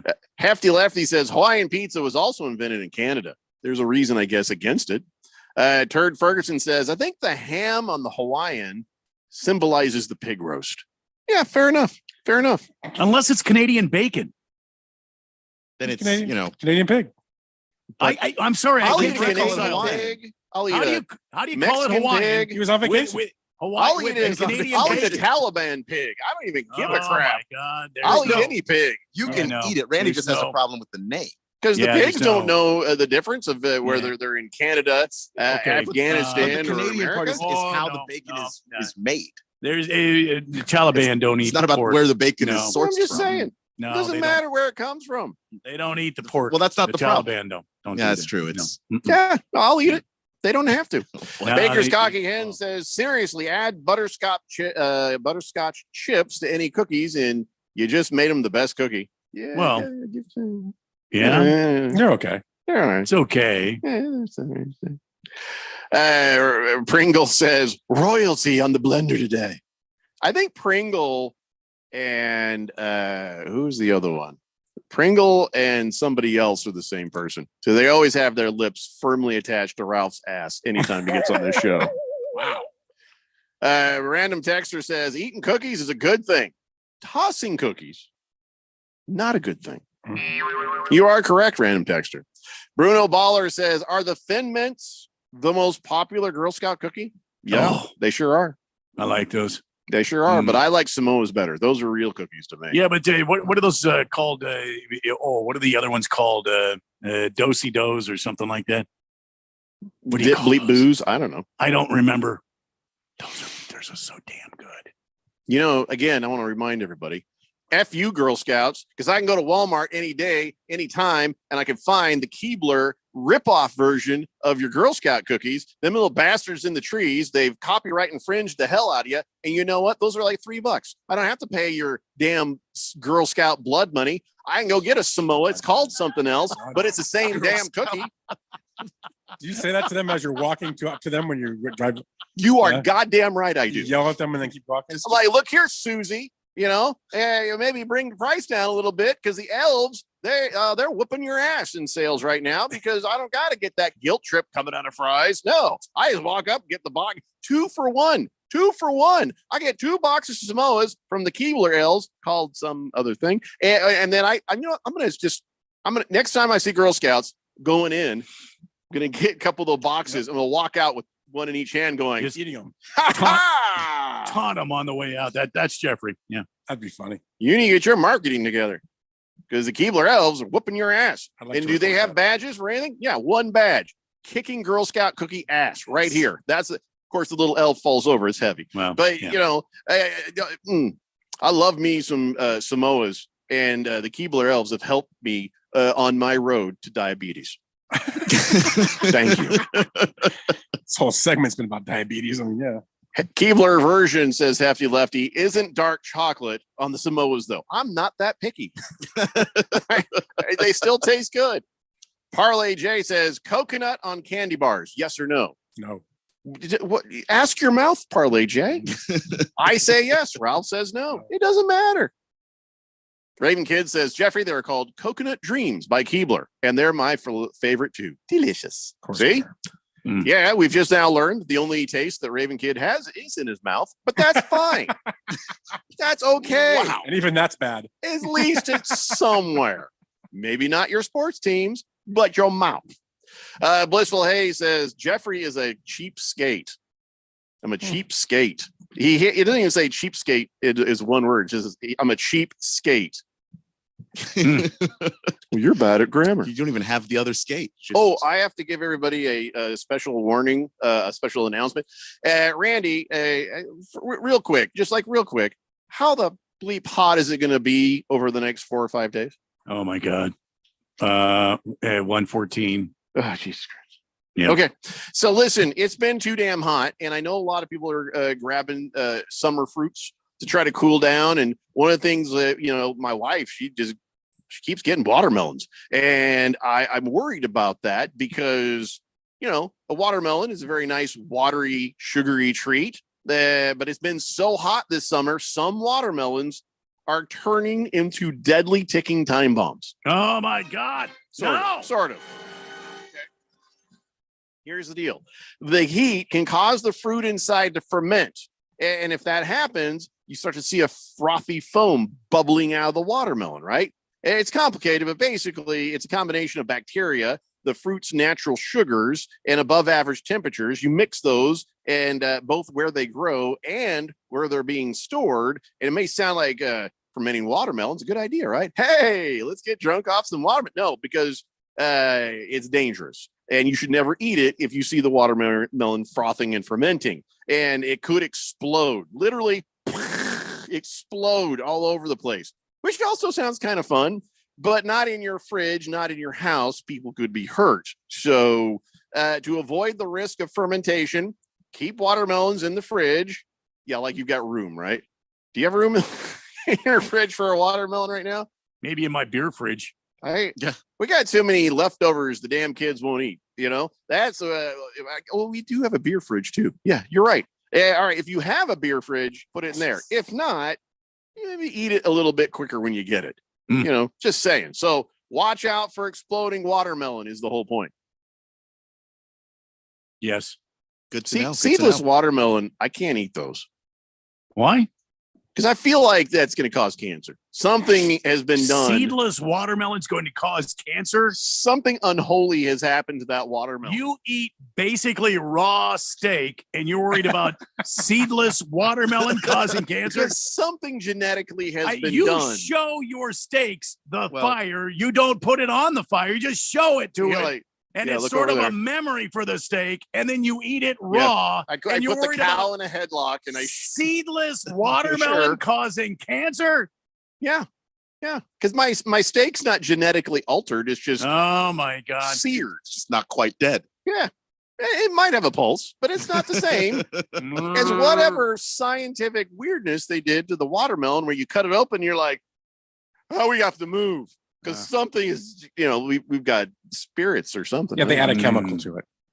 It's even worse. That's what they do. Chemical watermelons. And you don't think they add a chemical to the cows that you're eating raw? No. I don't think that at all, Randy. Keep thinking. Why do you want to ruin steak for me? I thought you were my friend. I don't want to ruin anything. You're my best I'll have friend. my steak rare blue, please. You do that. Not rare warm, rare I'll blue. eat my watermelon seedless. They cross the male pollen for the watermelon, which produces a sterile watermelon, essentially. They're depriving the watermelons of splooge? What? I don't understand. There is male and female pollen. If you cross-pollinate with two male pollens or whatever, it's a gay watermelon? Wait a minute. Essentially, then you get explain that again. You get a sterile watermelon. It can't produce seeds. That's what the kook said. I have many more questions, but we're up against the break. I feel paralyzed. I don't even know if I can get to the break. Did not know this could happen. I did not know there were gay watermelon. So nobody went in there and did anything genetically. No chemicals. Just they do have a chemical that they will add to do that as well. Well, okay. Well, that's another method. Or something. What is the watermelon's pronouns? I want to be polite before I eat it now. I'm going to eat it now. And wetter. It's not conscious, so it doesn't have any. Wow. That's rude. All right, we got to take a break. When we come back, let's talk about last night's game. I don't want to even call it a game, but it's game. It's the Daily Blender here on 1580 The Fanatic. My brother-in-law died suddenly, And now my sister and her kids have to sell their home. That's why I told my husband we could not put off getting life insurance any longer. An agent offered us a 10-year, $500,000 policy for nearly $50 a month. Then we called SelectQuote. SelectQuote found us identical coverage for only $19 a month, a savings of $369 a year. Whether you need a $500,000 policy or a $5 million policy, SelectQuote could save you more than 50% on term life insurance. For your free quote, call SelectQuote at 1-800-452-5050. That's 1-800-452-5050. Or go to SelectQuote.com. 1-800-452-5050. That's 1-800-452-5050. SelectQuote. We shop. You save. Full details on example policies at selectquote.com/commercials. Finding great candidates to hire can be like, well, trying to find a needle in a haystack, but not with ZipRecruiter. Its powerful technology actively finds and invites qualified candidates to apply to your job. So while other companies might deliver a lot of hay, ZipRecruiter finds you the needle in the haystack. See why 4 out of 5 employers who post a job on ZipRecruiter get a quality candidate within the first day. Try ZipRecruiter for free at ZipRecruiter.com/free. That's ZipRecruiter.com/free. For the latest from the world of golf, tune in every Saturday morning from 6 to 8 for the Golf Shop Radio Show, presented by PlayGolfMyrtleBeach.com. The golf capital of the world. Hosts Mark Greenhelch and Matt Blanchard talk golf from tee to green and everything in between. If you like golf, you're going to love Golf Shop Radio. Before you tee up, drop on in. Welcome to the Golf Shop here on 1580 and 99.3 The Fanatic. When you run a business, you need to be in control. And while you can't control everything that happens in the world of business, you can definitely take control of your utility expenses with the help of Harmon Solar. Give them a call and see how your company can save up to 80% on that monthly electric bill with zero down and no payments for 12 months. Harmon Solar is a local family-owned company that uses top-of-the-line equipment. Call Harmon Solar, 800-281-3189. That's 800-281-3189. Or go to harmonsolar.com. Are you ready for the NFL season? Are you ready to win $1,580 in cold hard cash? Sign up today for the Harmon Solar 1580 The Fanatic NFL Fan Pick'em Contest. Get over to 1580thefanatic.com and sign up today. Someone needs to win this $1,580 first prize. Why not you? Finish in second place. Cha-ching! You win $500. The Harmon Solar 1580 The Fanatic NFL Fan Pick'em Contest. Sign up today at 1580thefanatic.com.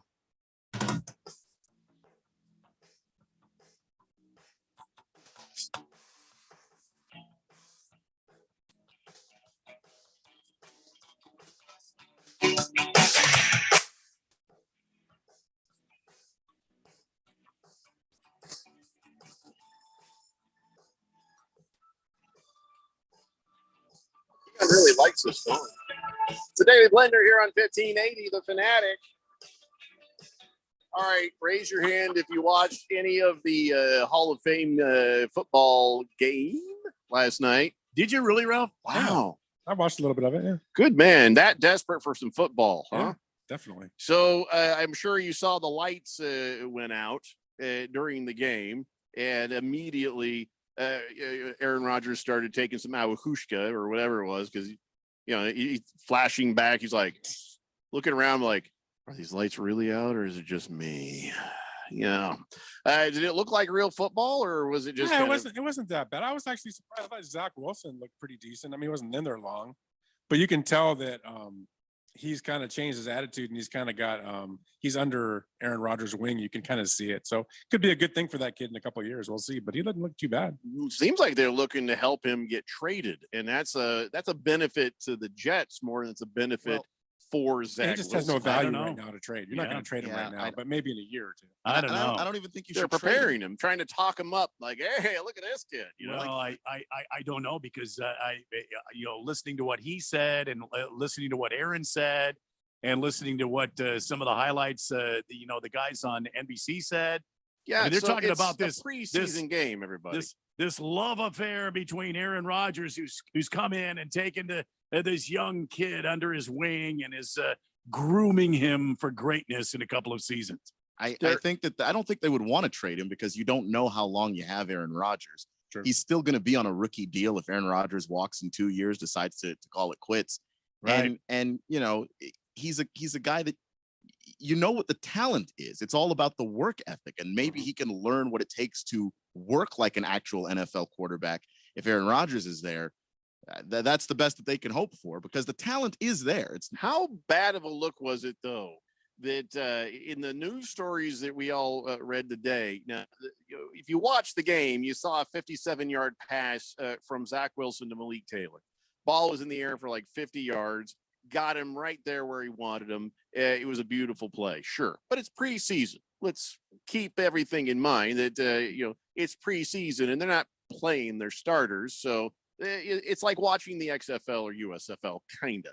So, but then they're saying, well, that Aaron Rodgers suggested that play to Nathaniel Hackett. First off, what a horrible thing to publicize because he's already looking like a complete doofus at the hands of Sean Payton. And then at the hands of Alan Lazard, who says, "Oh yeah, he's got us making animal noises here. I don't know what the hell's going on with this, but he seems to be animal noises." Yeah, he says he gets a room full of grown men to make animal noises. And he says whether it's a whale, a kangaroo, a pony, a shark, you have to sit in the meetings and you hear that. Be the only person that can get grown men to do something like that. I've never experienced something like that in my playing career. What the hell is going on with Nathaniel Hackett? So he just does not. He doesn't look any better today than he did yesterday or the day before or the day before that. It's not helping that now they're saying, "Oh yeah, Aaron Rodgers suggested the play," meaning Nathaniel Hackett doesn't know what he's doing. He can't even call a damn play without Aaron Rodgers' help. Well, I mean, it's not that he can't do it without Aaron Rodgers' help so much as the only reason why we know who he is and that he got propelled into being a head coach at all was that he was the offensive coordinator in Green Bay with Aaron Rodgers. And we all know who was calling the shots when he was the offensive coordinator there. So this is just a return to old times. This is exactly what it was. So Ralph, you watched part of the game. Did you see the part where the lights went out? And I didn't see that. No. Okay. So Chris Collinsworth, apparently, according to Awful Announcing, Chris Collinsworth, you know who we got to blame this on? We got to blame this on Aaron Rodgers. And then Mike Tirico picking up, we're in a darkness retreat. Mm-hmm. I mean, those two guys, they're in mid-season form on NBC. Tirico he's got nothing to play off of with Collinsworth. Now here's there's a guy zero chemistry. Dark rooms for like an amount of time here and takes that Wyushka stuff. So the lights go off, and then it turns out later the showers weren't working, so none of the players could shower after the game. When are we going to stop trying to play games in this dump? When are we going to stop trying to play games in random local high schools in Canton, Ohio, just because this is the Hall of Fame game? Look, there's a stadium in Ohio, Cincinnati plays there. There's a stadium in Ohio, Cleveland plays there. Play in one of those two places, please. Begging you. They're saying it doesn't matter. It's a preseason game. It's an optic. Yeah. Well, here's the optic. The lights were off. Here's the lights are off. Here's the optic. They all walk out of there smelling like ass because they couldn't shower. Why? Oh, it was connected to the electrical issue. Oh, great. Okay. So a couple of Browns players jumped into some of them cold tubs. The little ice tubs they do. It's like, well, I guess I'm going to get cleaned up in here. Why not? Man. They got to stop. The Colts and Packers lost a preseason game a couple of years ago because the mud, the field was goosh. Yeah. Why are they even playing this game? What is the point? I don't know. I mean, it's to announce. It's doing it. It's to highlight the Hall of Fame class. Just do it in an event of some kind. You don't have a game. I agree 100%. They could just play it in Cleveland. It could be do the Hall of Fame, obviously in Canton, where the Hall of Fame is. But then you're still in Ohio. It's like an hour away. Just do it in Cleveland. And when do they do it on Thursdays? Is that new? Because tomorrow night's the gold jacket dinner, and then Saturday is the enshrinement ceremony. Yeah, they used to play it on Sundays though. So Who now they're knows? doing it on a Thursday. I mean, what a waste. Now we Because don't they see felt football like it. for like another week and a half, which pisses me off. Well, it doesn't matter. It's preseason. None of I this still like to matters. I know, but I like to see. I mean, I'm not going to sit there and watch the whole game, but I like to see football. It's kind of cool seeing the teams back on the thing field. you want to and see they're is playing. your team, man. No, All I you like wanna seeing all do- teams. Really? I do. Because all I love care I love about is football. Only thing I care about is my team. I mean, of course, because we're here in Arizona, my wife, and because you people, we'll watch the Cardinals preseason. And like for me, I don't even watch that much Colts preseason. I'll kind of turn it on, see what's going on, be like, I do. All right, enough of this nonsense. Moving on. There's just no point. I agree with Keon. Cleveland's only 60 miles away from Kansas. Just why not play it in Cleveland? Play the damn It's game. an NFL facility, for goodness sakes. And all preseason games look bad visually. They're preseason games. Nobody wants to go. But you watch them, don't you?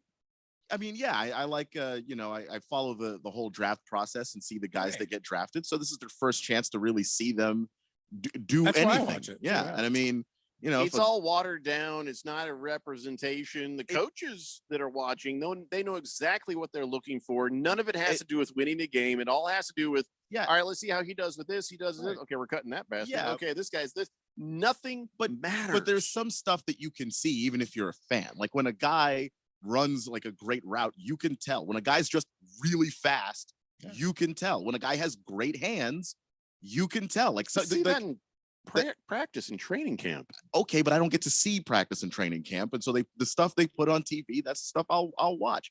Like Ralph said, I don't sit down and watch the entire game, but I'll watch and go, oh, okay, I know who that person is. I saw that person where they got drafted, and maybe I'll watch a couple of plays and see what they're doing. Is it 3 weeks of practice? I'm sorry, of preseason games. Mm-hmm. Yeah. So they did at least they added the game, but then they took off a preseason game. Mm-hmm. Good. I can't wait until the real season starts. I don't care about this preseason crap. It's like 2 weeks before preseason actually begins. No, it's not. There's like it's a next 2 week. There's like a. Is it 5 days? It's not 5 days. No, next week preseason starts next weekend. But the real season starts in a little less than 5 weeks. Well, I know the real season starts in 5 weeks. I know that. Well, we do have some preseason games on Thursday. So this coming Thursday? Yeah. August 10th, you get Texans, Patriots, you get Vikings, Seahawks. I stand. I'll watch that. A couple more on Friday, a couple more Saturday, a couple more Sunday. Yeah. I don't know. I'll watch my guys, see what's up. All right, I've seen enough. Moving on. And I like to, I don't know, I like to preserve my body for the real thing. It's just nice to have football on TV, I'm saving myself. I'm saving myself for the real season. Yes, you are. Because I mean, sometimes you watch some of these preseason games and you see a guy that got drafted really high, like a top-rated corner or something, and then this dude absolutely gets cooked. Like you learned something. You may not like what you learned, but you did learn something. But you could also be learning something that's wrong. They may have instructed him, do this instead of this. Let's try a thing. And all they're doing is trying a thing. They're not judging him on whether he's going to make the team. Maybe they're going to say, hey, I want to see how this works. There is so much stuff that you don't know is happening on that field in a preseason game that is designed or just improvised by the coaches who just want to see something. You could put a receiver out there or a running back, and then they've tried something different on the line. They want to try a different scheme. And that running back was never going to make it because of how dumb that scheme was. But then we're all like, that wasn't a very good run by that guy. Well, you didn't learn anything from that. But sometimes you do. And that's the thing is like, I've watched enough. So I've seen when a guy just gets roasted and you're like, oh no. And then that's who that guy is. You're like, yeah, I could have seen that coming. If a guy looks great in preseason, you can't put him in Canton. But you don't want to look bad in the preseason either. It's like spring training baseball. You get these elite pitchers out there that throw 1 inning or 2 innings in spring training baseball, and they just get absolutely jacked on. But these guys are working on pitches. They're not throwing their A+ stuff. They're out there working on a pitch. It's the same thing in preseason football. These guys might be working on a technique in a game, and you don't know it. But you're talking about the veteran guy, not the young guy. I mean, I think back to Russell Wilson. Russell Wilson won his spot in the preseason. He wasn't supposed to be the quarterback that year. And part of that is that coaches are trying to coach the young guys in what is going to try and feel like an actual flow of an NFL offense. It's situational. So, preseason football isn't even as good as dress rehearsals on Broadway. Dress rehearsal on Broadway, you'll sit down in there and you get to watch the show. They may stop it because like, okay, so-and-so made a mistake. Let's try that again. But at least you get to see the real play in preseason football. If the Colts are on, you're watching Anthony Richardson. You know you are. You want to see him play. And you do get to see real I told you, plays. I'm going to watch some of it, but if he's out there, you want to see it. But if he's out there, you're going to. He ain't going to be out there for he'll be out the there. entire game. He'll be out there for a good part of the first part of the game, because like quarter, maybe. If least you're a serious about him starting, maybe a quarter. Yeah, we'll see. I mean, maybe it just depends on how much, I guess, control Steichen has. But like when you look out there, like they are running real plays, but you're trying to keep certain things pretty basic just so that you don't give away the whole thing. But it's not like they're going out there making up stuff because it's preseason. Like, that's not happening. You know, they try different things. They do. It's all programmed and thought about. But sometimes a lot of it is situational. So like even if you're down by 30, you're still going to do 2-minute drill if you have the ball in the last 2 minutes. Like, the situations, you know what situations they're working on if you've watched enough football, and I think we all have. I think I want to see some more of that stuff that the Chiefs did, that little weird dance that they did, that little thing, and then they run up the line. Yeah, I want to see some line dancing. I want to see some you mean shuffle. the touchdown dance? Yeah, no, that formation. They got into like a huddle, and they spun around, and then they went off to where they're going. All right. That was fun. Raven Kid says, rare W for Mr. Here's a guy when he said this about Deshaun Watson last night. Almost automatically, you have to acknowledge what happened to him off the field before you're allowed to even begin a conversation about on the field.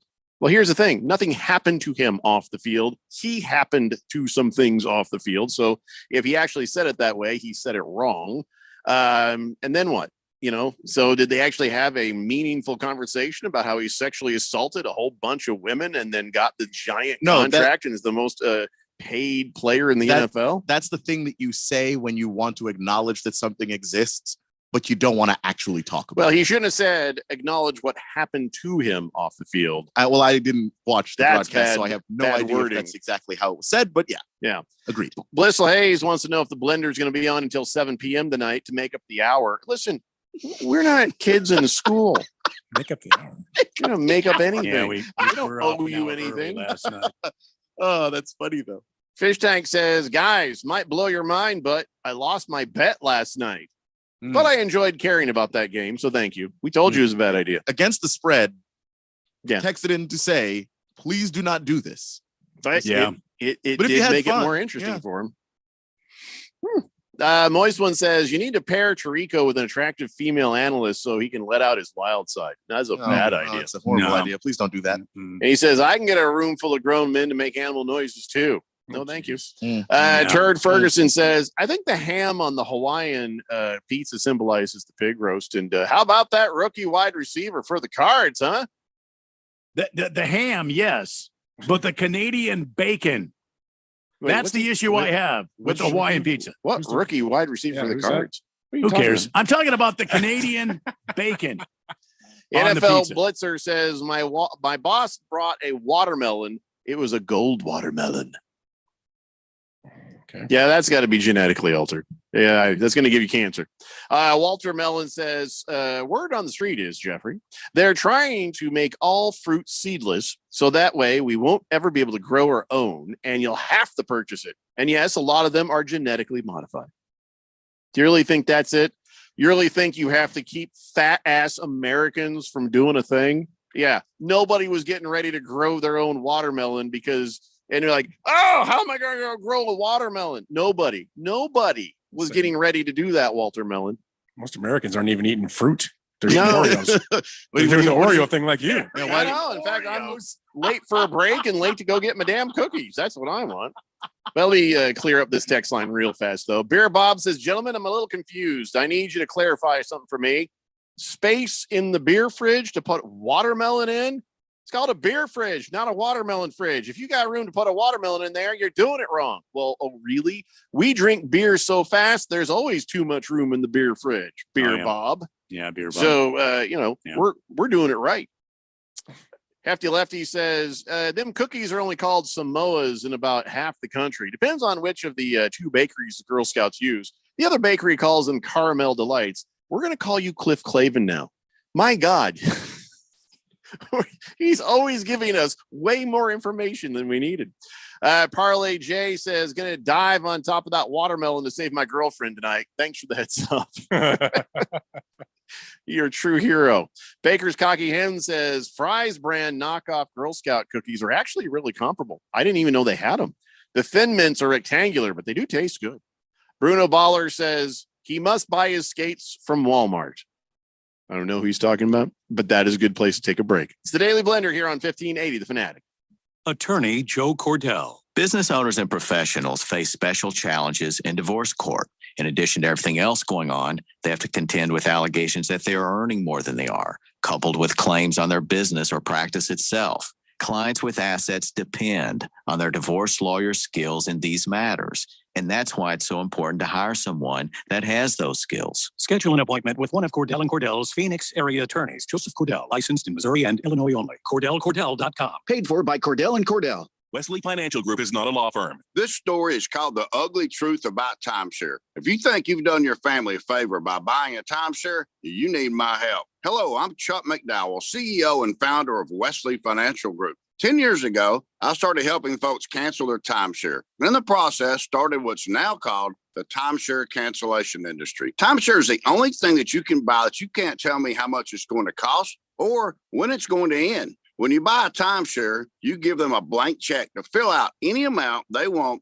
for annual maintenance and assessment fees. The crazy thing is, this never ends. Even when you die, your family's now going to be stuck with this burden. Stop the insanity today. Call my office now. If we take you as a client, I guarantee we'll cancel your timeshare or you'll pay nothing. Call for your free information kit. 800-462-3333. That's 800-462-3333. 800-462-3333. One of the most common questions people ask is if they can still afford to retire on $1 million or $2 million anymore. With stocks near all-time highs and bonds at all-time lows, it's actually a great question. 2008 taught millions of retiring engineers, teachers, and other professionals a costly lesson that years of market gains can be wiped out in just weeks of market losses. Not a problem if you're 30 years old with a few decades to make it back, but not if you are in retirement or almost there. I like to follow the 30-50-70 rule. The closer you are to 50 or 70, then at least 30 to 50% of your money should be kept safe at all times, like in an uncapped, principal secure, next generation annuity. Come and see why. Call leading annuity authority Steve Jurich now at 480-902-3333. Guarantees rely on the financial strength of the insurer, so compare with Steve. Call 480-902-3333 and visit IQannuity.com. Greg Clark Automotive trained certified technicians located on the southwest corner of Bethany Home and 19th Avenue, servicing Valley automobiles 44 summers now, offering our summer cooling system inspection diagnosis on the belts, water pump, radiator, and hoses. Every air conditioning service includes a dye injection to find leaks. Contact us today at 602-246-2881. And online at gregclarkautomotive.com. Mention 1580 and get 10% off of labor. This is Brent Musburger.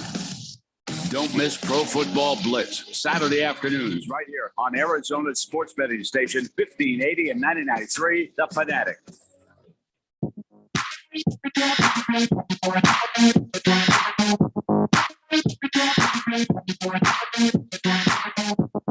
The women's U.S. national team on the world stage. There's no better place to get in on the action than FanDuel, America's #1 sports book. Yeah, it's the Women's World Cup. Right now, the U.S. women's national team going for a three-peat. And if you are so inclined, you can bet on this. You can get up to $1,000 in a no-sweat first bet by logging on to FanDuel.com/Randy1580 and sign up today. That's up to $1,000 back in bonus bets if your first bet doesn't win. America going to be taking on Sweden here. That's going to be a good game. Is it tonight or is it tomorrow night? I think it's tonight. I think Sweden, America tonight in action. Anyway, you can bet on the game. You can bet on a long shot. You can bet on goal scores. USA only like 4 or 5 goals scored in the breakout round, in the group round, the group play, whatever they call it. Can you tell I'm not a big soccer fan? But listen, all eyes are going to be on the U.S. women's national team. And if you are a soccer fan, you have a chance here to get a no sweat first bet up to $1,000 when you join FanDuel today. Just go to FanDuel.com/Randy1580 to sign up and make every moment more with FanDuel, America's #1 sports book. 21 and older, present in Arizona. First online real money wager only, $10 deposit required. Refund issued as non-withdrawable bonus bets, which expired 7 days. Restrictions apply. See full terms at FanDuel.com/sportsbook. Gambling problem? Call 1-800-NEXT-STEP or text NEXT-STEP to 53342, Jeffco. How do I diffuse this? I don't see any foam. I think you're okay. You make a small incision and then you find the red wire. I think it's getting rotten. And you cut it. I don't think so. Just a soft I don't spot. think it's good anymore. I Stick think your thumb in it all the way. Right here. Your thumb in the right soft there. Spot? Just shove it right in there. Like I would in a baby's skull. Yeah. You mean like Pretend that? you're poking a baby's eye out. Get one of those Just big stuck it right in. knives, Jeffco, and just cut that sucker in half. What are we talking about? This is very, very cold, and that's probably the only thing that's keeping it from frothing and exploding. But just as an experiment, I'm going to leave it right here and see if it starts foaming. And then if all of a sudden I am just covered with watermelon, then you'll know why. Then you'll be foaming. Well, what's going to happen is we're actually going to hear the little countdown clock from 24, and then we'll know. That's awesome. You only have a few moments to really boop, boop, boop, Got your cookie. No, yeah, I got my cookie. If I'm going to risk my life with this watermelon, I'm eating a damn cookie. That's fair. And why wouldn't you? Yeah. I probably shouldn't have waited till now. I should have eaten it when Randy was talking. Is that Yeah, seedless? probably. Might The have been a cookie? good idea. No, the No, watermelon. it's got chocolate chip seeds. Good. I don't know. I'm trying that watermelon. But I think it's rotten, to be honest, because I think we've had Doesn't that look watermelon rotten. for a few weeks. Look good. I mean, I listen. If Smack it.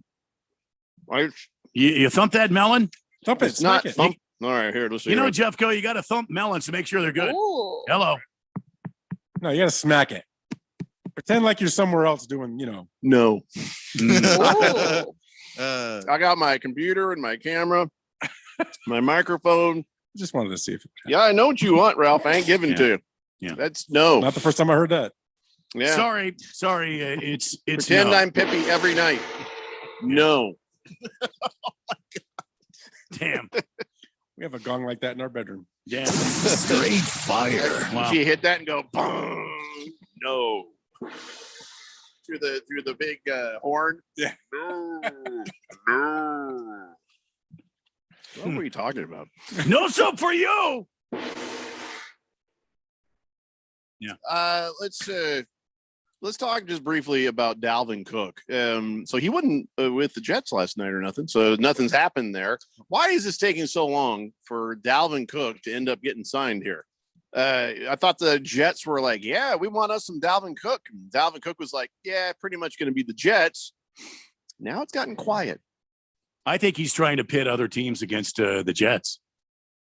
And he's using the Jets as a fallback. If nobody else gives him a higher offer. Well, he'll the sign- Dolphins are interested. The Patriots, the Broncos, nobody's made him an offer. Well, if they're interested, where's the offers at? At least And not there- one that he wanted. there are a lot of teams that have their running back situation just sort of figured out too. Like they already knew what they were going. The Vikings didn't do Dalvin Cook any favors at the time that they released him. A lot of teams have that stuff figured out. Like the Jets would love Dalvin Cook, but they do have Breece Hall coming back. Like they don't really need him. That's not a top of the Christmas list kind of move. You just, if he's there and he's affordable, you get him. Is If Hall not, ready for the season, or is he going to be missing a few games? He's still not they're- quite there. They're still not sure, but they were all right last year with Michael Carter. So if he misses week 1, week 2, and then they bring him back week 3, okay, fine. And maybe that's why he doesn't like the Jets. Maybe he doesn't want to go there and wind up being the number 2 or 3 guy, because that's what's going to happen when Hall's back. Hall's just a better place in his career right now. He's a stud. Yeah, and he's just younger. He was for a minute. I had him in fantasy football, and I was killing it with that kid. Yeah, he's a stud. And then poof, he was gone. So, all right, I guess maybe in the next week or so, we'll hear more about Dalvin Cook. Matt LaFleur, I don't think he meant this as a dig. He called the Jets Green Bay East, which it's true because a bunch of guys left the Packers and went to follow. Aaron Rodgers to the Jets. Yeah, I mean, you got Rodgers over there, you got Alan Lazard over there. Obviously, you have Nathaniel Hackett, who used to be an offensive coordinator in Green Bay over there. It's not a dig; it's just Randall the truth. Cobb. Well, I mean, you can't really say you can't use the Nathaniel Hackett thing because he went to Denver to be a head coach. Yeah, but he used to. Yeah, be with but the he Packers. used to be in the Packers under LaFleur. Well, I mean, like it wasn't like he. But still, I mean, LaFleur is just look. This is just somebody that wishes that Aaron Rodgers was still on his team. Yeah, he's aware he's going to get his ass kicked, and now he's got to make press somehow by saying, "Well, the Jets are just the Green Bay East." I don't think that's how. Don't look at me, please. I wonder if the Packers are getting set to compete with the Arizona Cardinals for that number 1 pick. No, I'm going to tell you 3 right now. I'm going to say it again, Jeffrey. I know you and Keon have heard me already, but we're ready. The Red Menace is ready to shock the damn world. I what think. way? Oh boy, I was You'll shocked see. to see that you By guys winning picked a up game, or You'll see. Marlon You'll Mack. You'll You see. guys got yourself a nice 3rd down back in Marlon we did. Mack. Why would you want to win? Yeah. Okay. No, why would you want to? No. It's Good okay. point. It's all right. No, seriously. I had this conversation with the owner of Harmon the other day because he's a season ticket holder, loves the Cardinals, and I'm like, you want to have a bad year? You could get the 1 and 2 pick. Those are game changers. You're going to get Caleb Williams, and you're going to get the receiver. I can't remember his name, and the number 2 pick from. If he's so good, why don't you know his name? That's what I want. You're going to get a stud quarterback, a stud receiver, and you could build around these guys. Marvin Harrison Jr. Yeah, Marvin Harrison Yeah. Jr. I mean, those are franchise-changing players. All right, we'll see. Hey, you know who the Colts got? Kenyon Drake. Yay. Helpful. I was going to say, Mhm. and So jealous. come on. At least no, Jonathan. 0-16, baby. 0-17. That's what you want. 0-17, Randy. It is what you want, Randy. No, I think you got to win again. You don't want to go You know, down. Okay, Record beat the books. Texans. That's the only game Yeah. you win. It is everything against me to go. We want 0-17. It's everything. It goes against everything in my being. I'm sorry. So be against yourself for 1 year because then next year you can start being really happy about your future. I'm going to You know- come on this radio station and I'm going to predict the damn Cardinals. That's cool. Dominance. But in you know the, what? Just make sure you NFC pick them in the West. pick'em contest. I will. Okay. Every damn. That's a one of them. loss every week. Yeah. You don't have to you don't have to pick the way of the tank, but you have to accept that the tank is about to happen. 3-0. I'm calling it the first 3 games. 3-0. I'd like that bet. Okay. I just can't. I can't. Because I don't think we win 3 games all year. Because there's that week 1. Randy. Listen, I love you, Keon. Week 1's Commanders, right? Yeah. That's a loss. I love you, but who's week 2? I don't know, but we're 2-0. The bet is over week 1, so it doesn't matter. No, I'm sorry, Randy. that's all right. That's all right. Pro Dog says the Jets really like that 5th round running back out of Pittsburgh. He looked pretty good last night, he says. Hefty Lefty says it's like Philly is Athens North. And he says, by the way, please don't recreate the pie scene from American Pie. That rind could cut you. Oh. First, I would never, ever, ever do that. You know, I have never seen American Pie, but I know the premise of that. So, Swave Dave says, Randy, you mentioned being able to fit the watermelon in your beverage refrigerator. By chance, are you able to walk inside of it also? That's a damn good idea. If there's some lottery winning, we're gonna have walk-in beer freezers. So week 1, Cardinals' first win will be against the Commandos. Week 2 against the Gigantes of New York, and week 3 we will beat the Cowboys. So we're 3-0. So you're 0-3. We're 3-0 going in to the game against the 40 Whiners. Oh my gosh, 0-4. And after we beat their ass, we'll go ahead and welcome the Bengals in. We'll be 5-0. All right. I mean, I think your 0.4 points against might be like 13-65. And then your sorry ass Rams will be waiting for us when we go over there and beat their ass again. And then the Sea Chickens. Get Chickens. into this. I'll get to kick your ass 2 weeks in a row, Ralph, because we go to LA to beat the Rams, and then the Sea Chickens will go down. Yeah. I feel like to come in here and argue with Randy would be like me sitting down and dropping some actual facts on Joe Rogan. It just wouldn't be fair. 7-0. 7-0 when we take on the Ravens. I will give the Ravens some respect, and maybe the Ravens get a win here, but it's at home. So maybe. And then we go to Cleveland, beat the hell out of the Browns. Now the Falcons, they don't have a chance. Yeah, and then the Texans. There's your chance right there. Falcons, Our season is looking bright for the Arizona Cardinals, ladies and gentlemen. Beer Bob wants us to check what's in your water bottle. He says 3-0, Randy. Yeah. So 1-10 after 11. Yeah, Commandos, Giants, and Cowgirls all going down 3-0. Mercy. Just gonna let that simmer, I guess. I mean, I think you should. There's nothing funnier I can say than what you just said. First in your fermented watermelon. That's gonna eat this thing. Gonna take a bite. It's a Daily Blender here on 1580, The Fanatic. Hey, I'm Andy. If you don't know me, it's probably because I'm not famous. But I did start a men's grooming company called Harry's. The idea for Harry's came out of a frustrating experience I had buying razor blades. Most brands were overpriced, overdesigned, and out of touch. At Harry's, our approach is simple. Here's our secret. We make sharp, durable blades and sell them at honest prices for as low as $2 each. We care about quality so much that we do some crazy things, like buy a world-class German blade factory.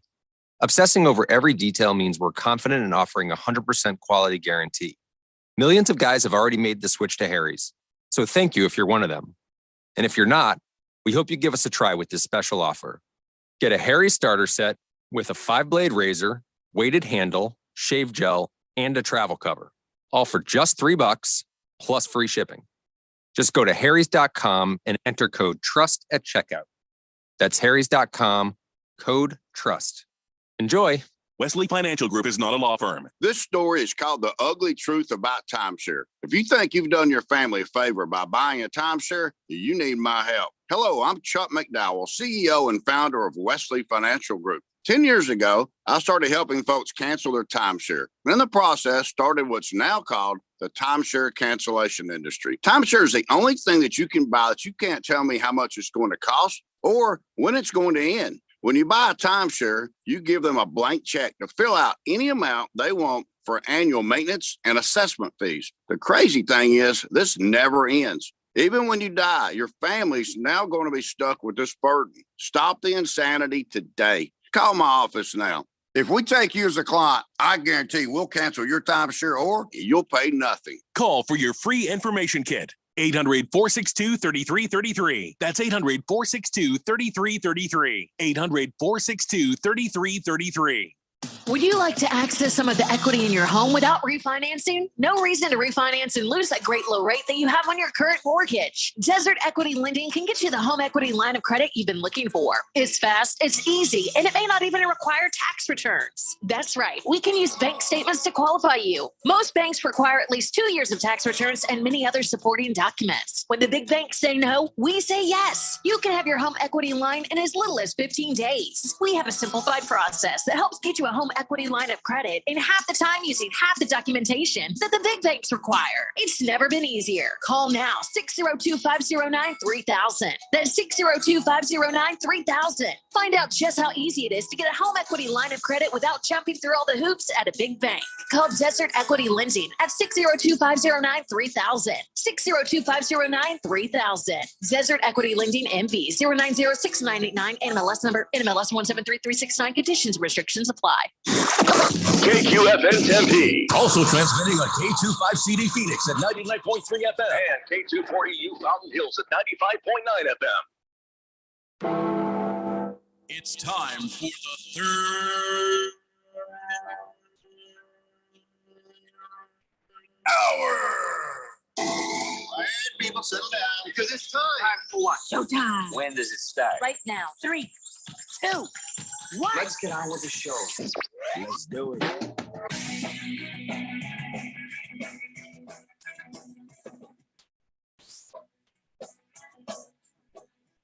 All right, buddy, it's 5 o'clock here on the Daily Blender. Your good friend, your radio pal, Jeffrey O'Brien, alongside Randy White. Got Keon Rose in the control room. Ralph from Harmon Solar is with us, and you guys are on the Fanatic text line, 888-368-1580. As we broadcast live in the Harmon Solar Studios in Scottsdale, have some questions for Randy. Yeah. And, well, Swave Dave says, Randy, I love you. He says, I love you on Tuesday. I don't know what that means, but he says, I love you on Tuesday. As them for the Cardinals, I am a fan also. But it sounded like you might have been avoiding the question of whether you have a walk-in beverage cooler. I can't really talk about the dimensions or the containers held within the compound here in the West Valley. Totally going to have a walk-in beverage cooler. I we can't win the talk lottery. Can't talk about it. You know, I want to be able to like open that door and that fan blows all. I may or may not have railroad tracks that lead to my house that the beverage distributors use to deliver to my house. I can neither confirm nor deny that. We wouldn't even need that. Win the lottery. I'll just have Beer Bob personally always ready with a beer. Yeah. You know what I mean? He'll always be ready with a beer. And what you'll do is you get one of those like a convenience store beer displays, right? Where the fridge. Yeah. And so Beer Bob would have his own entrance. You would never come into the house. You just open up the thing, stock it up with beer constantly. And then I just have to walk over and open the thing, grab the beer. Well, you know, in the West Valley, they're building a lot of warehouses. And I may or may not have procured one. However you say procured. Got yourself one. Yeah. That's what I'd say. Does Randy think, says Bruno Baller, does Randy think that Kurt Warner and Larry Fitzgerald are still in the Cardinals or something? No, I'm not under any assumption that they're still with the team. No. I think you might be. But... At this point, all I got to say is Colt McCoy and Greg Dortch is going to absolutely scorch the damn NFL West. That's all I got to say. And no, I'm not putting rubber bands on this watermelon. Scorch. That's a good idea. Erectinator. I'm not reading any of this. He has been going, let's see how far back this goes, nonstop since the show began. Yeah. And what is today? Yeah, the 4th. So it has just been nonstop Ralph abuse.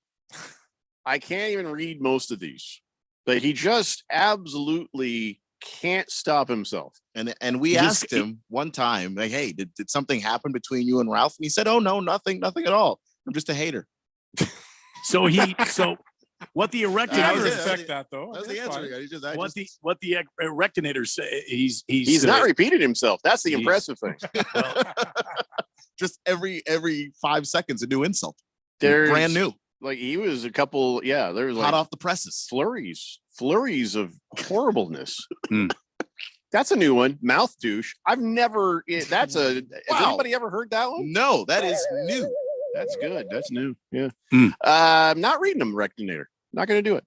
Beer Bob says, you got it, Jeffrey. It would be my pleasure. Speaking of, did you guys ever try those beers I dropped off for you? When did that happen? We talked about this. Are they still in the fridge? Beer Bob. No. How long ago was between you and me? It was like a couple weeks ago. I wasn't there. They got drank. Yeah, but you weren't here, but I remember we showed them on there were 4 different. Well, how were they? It's okay. Listen, I got so much whiskey. I'm not worried. They were very tasty. Yeah. There you go. You could give more. Did you give more description then? Because Beer Bob's probably curious about the beers.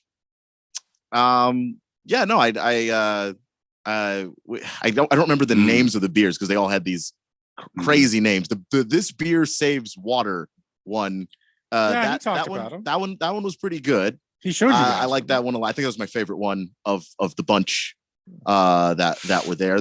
I forget which one was the oatmeal stout. That one was pretty tasty. Yeah. Oh, listen, I may have to go.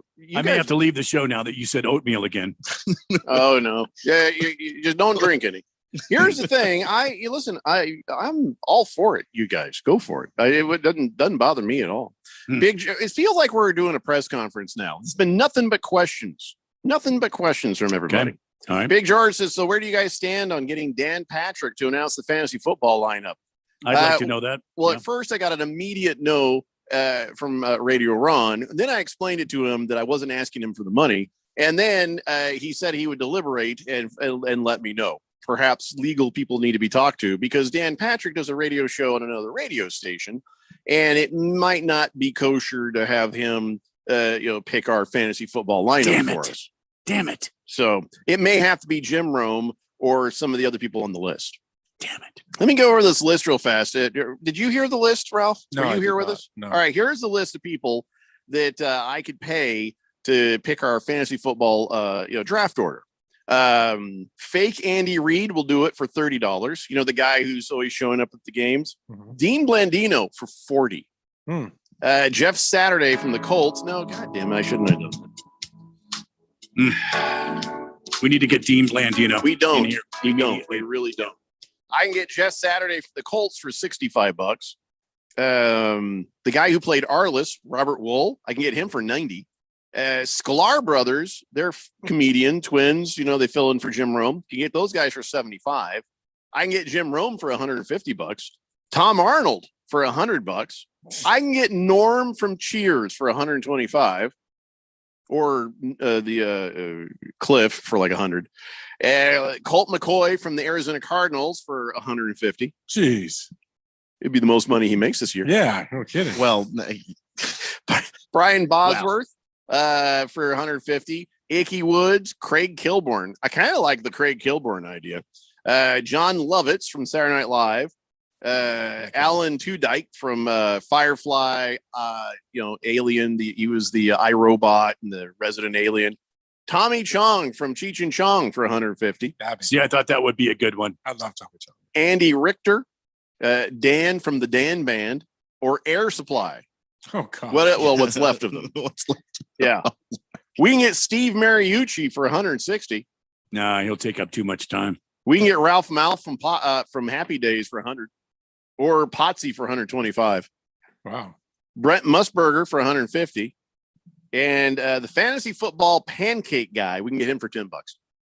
And what would they do? Announce the? Yeah, what you do is a cameo. It's a site. You give them money, then they'll record what like some message on their phone, and you can get them to do your fantasy football stuff too. You give them all the stuff, they'll put it in a hat, and they'll do the drawing for you right there. I didn't hear Dan Patrick in there.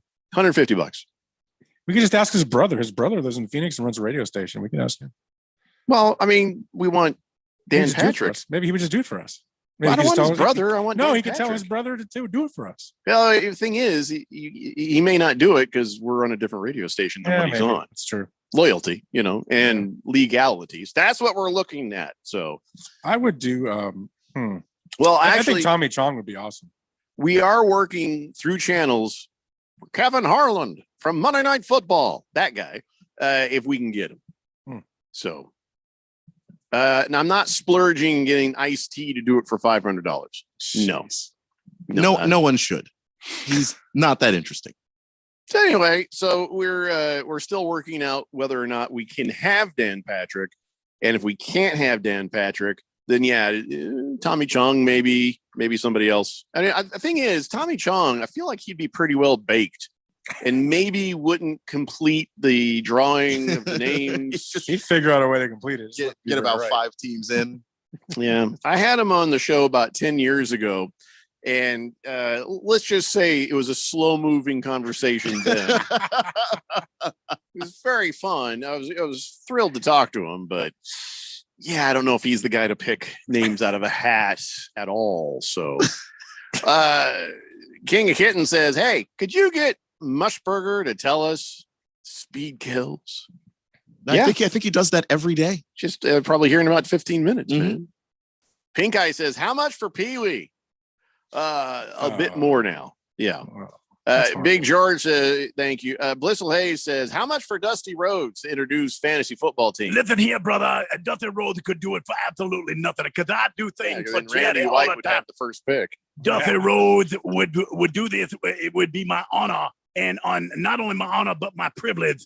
Listen, Daddy, when Dusty Rhodes does the picks, the righteous people win. Okay, that's all I got to say. Wow. Bruno Baller says, "It'd be cool if you get Christopher Lloyd from doing it as Jim from Taxi." Well, what about Doc Brown from which would you rather have, Doc Brown or from Back to the Future, or Jim from Taxi? Jim from Taxi. I would go Doc Brown, but I like Back to the Future a lot. Jim from Taxi. Yeah, Jim from I like Taxi them would be both, awesome. to be honest. Yeah.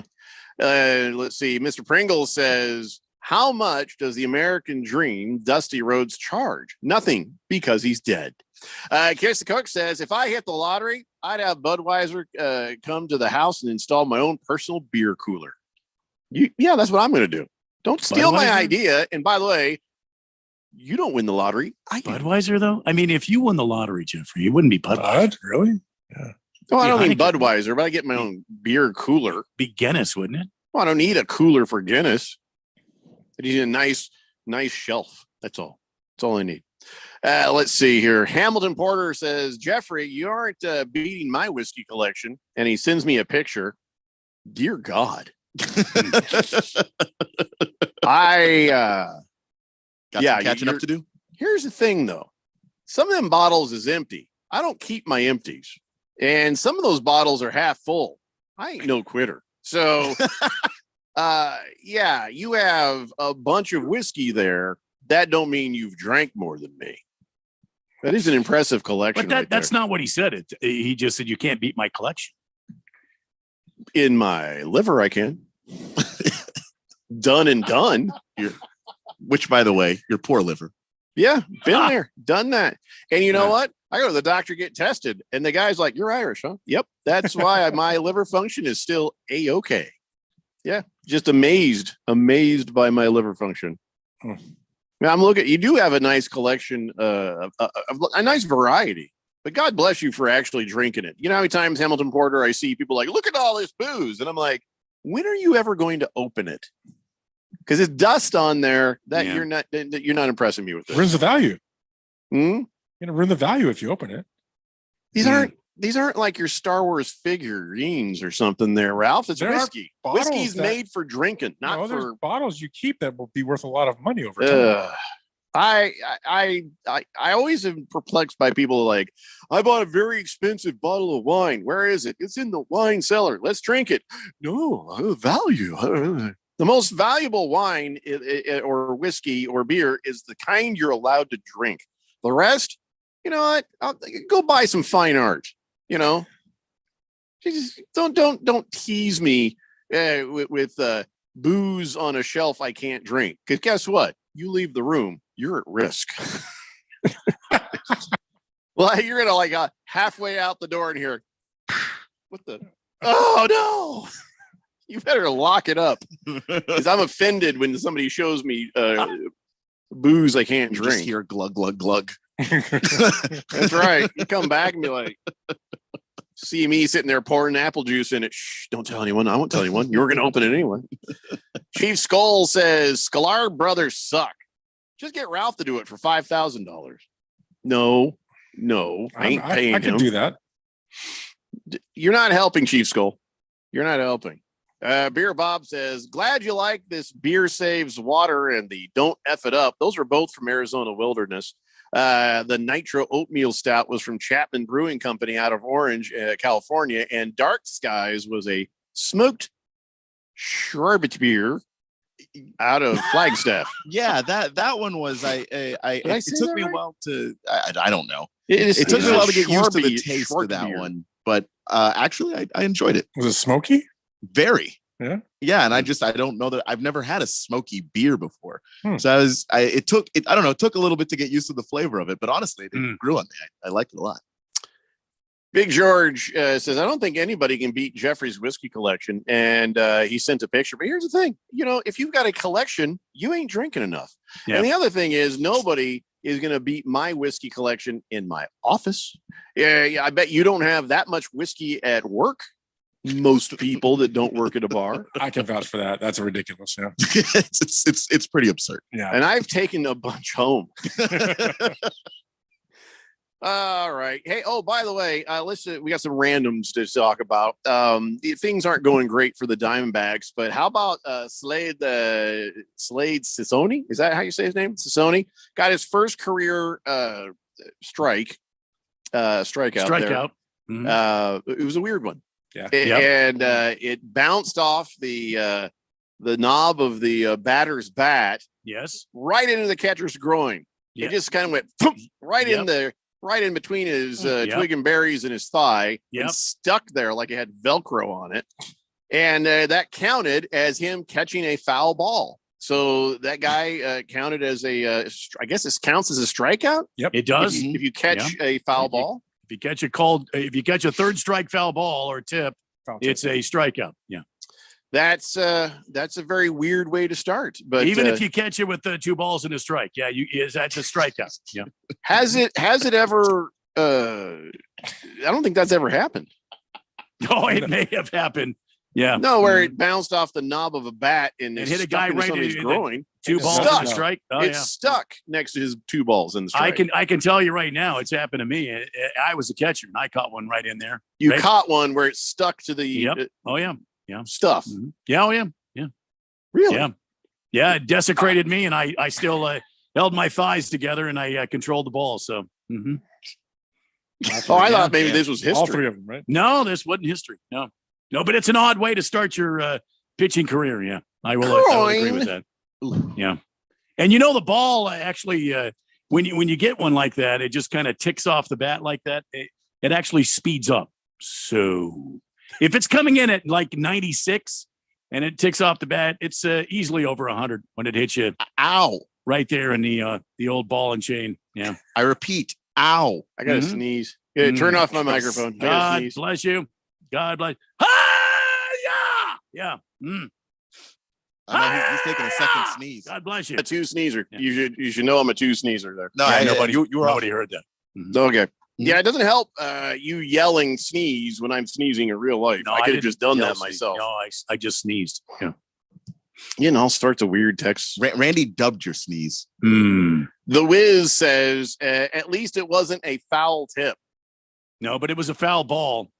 It was foul balls. Just the tip. Yeah. Lost Toby says, my Friday sucks. I'll trade you offices. I need me a whiskey. Oh, man. Yeah. I think my mouse battery just died. Uh-oh. I hate using the little touchpad thing. Why don't you get those rechargeable mice? Why do you? It doesn't matter. It's just dead now. What do you mean? It's just dead. Because you plug them in before you go on the air. You plug them in and you just plug it right in. I'm just gonna get me some batteries and more cookies. I'm gonna get this explosive watermelon the hell away from me too. Yeah. I think. Yeah, I think he's gonna try to. As it's starting to get warm in the room, take a look at that. That don't look right. Why don't you just cut it in half? No, I ain't touching this thing, man. I'm gonna throw this in the pool or something. You ever do that? You throw your no. Throw my kids in the pool. Throw our watermelons in the river. Never get them the nice and cool. Back when I was in Oregon. Well, that's all right. Oregon. Everybody, shut up. It's time for a break, and when we come back, it's not time for a break. It's a Daily Blender here on 1580 The Fanatic.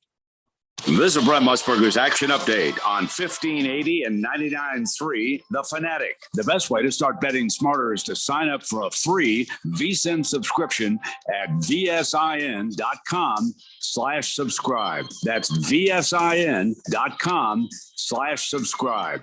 The NASCAR Cup Series will be racing at the 2 Mile Super Speedway at Michigan. It's the Firekeepers Casino 400.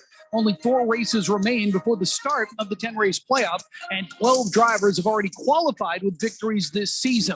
Kyle Larson is the betting favorite to win the race at Michigan Sunday, plus 600. Denny Hamlin, plus 650. Kevin Harvick, who has 6 career victories at the track, plus 700, but he has yet to win a race this season. Martin Truex Jr. is plus 750 to take the checkered flag. Kyle Busch is at plus 800.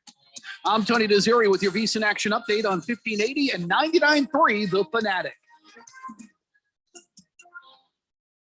Staples has big savings on everything you need for back to school or stocking up the office. Save on signs, banners, and posters from Staples Print and Marketing Services. Save on everything you need for travel, like luggage, tech, and travel-sized personal items. Plus, save on all your school essentials, from notebooks to markers. Now at Staples, you can save even more with $25 back in rewards on your in-store purchase of $75 or more. Get everything for the office and the classroom for less at Staples. Ends 8/5. Redeemable in-store only. Rewards members only. My brother-in-law died suddenly, and now my sister and her kids have to sell their home.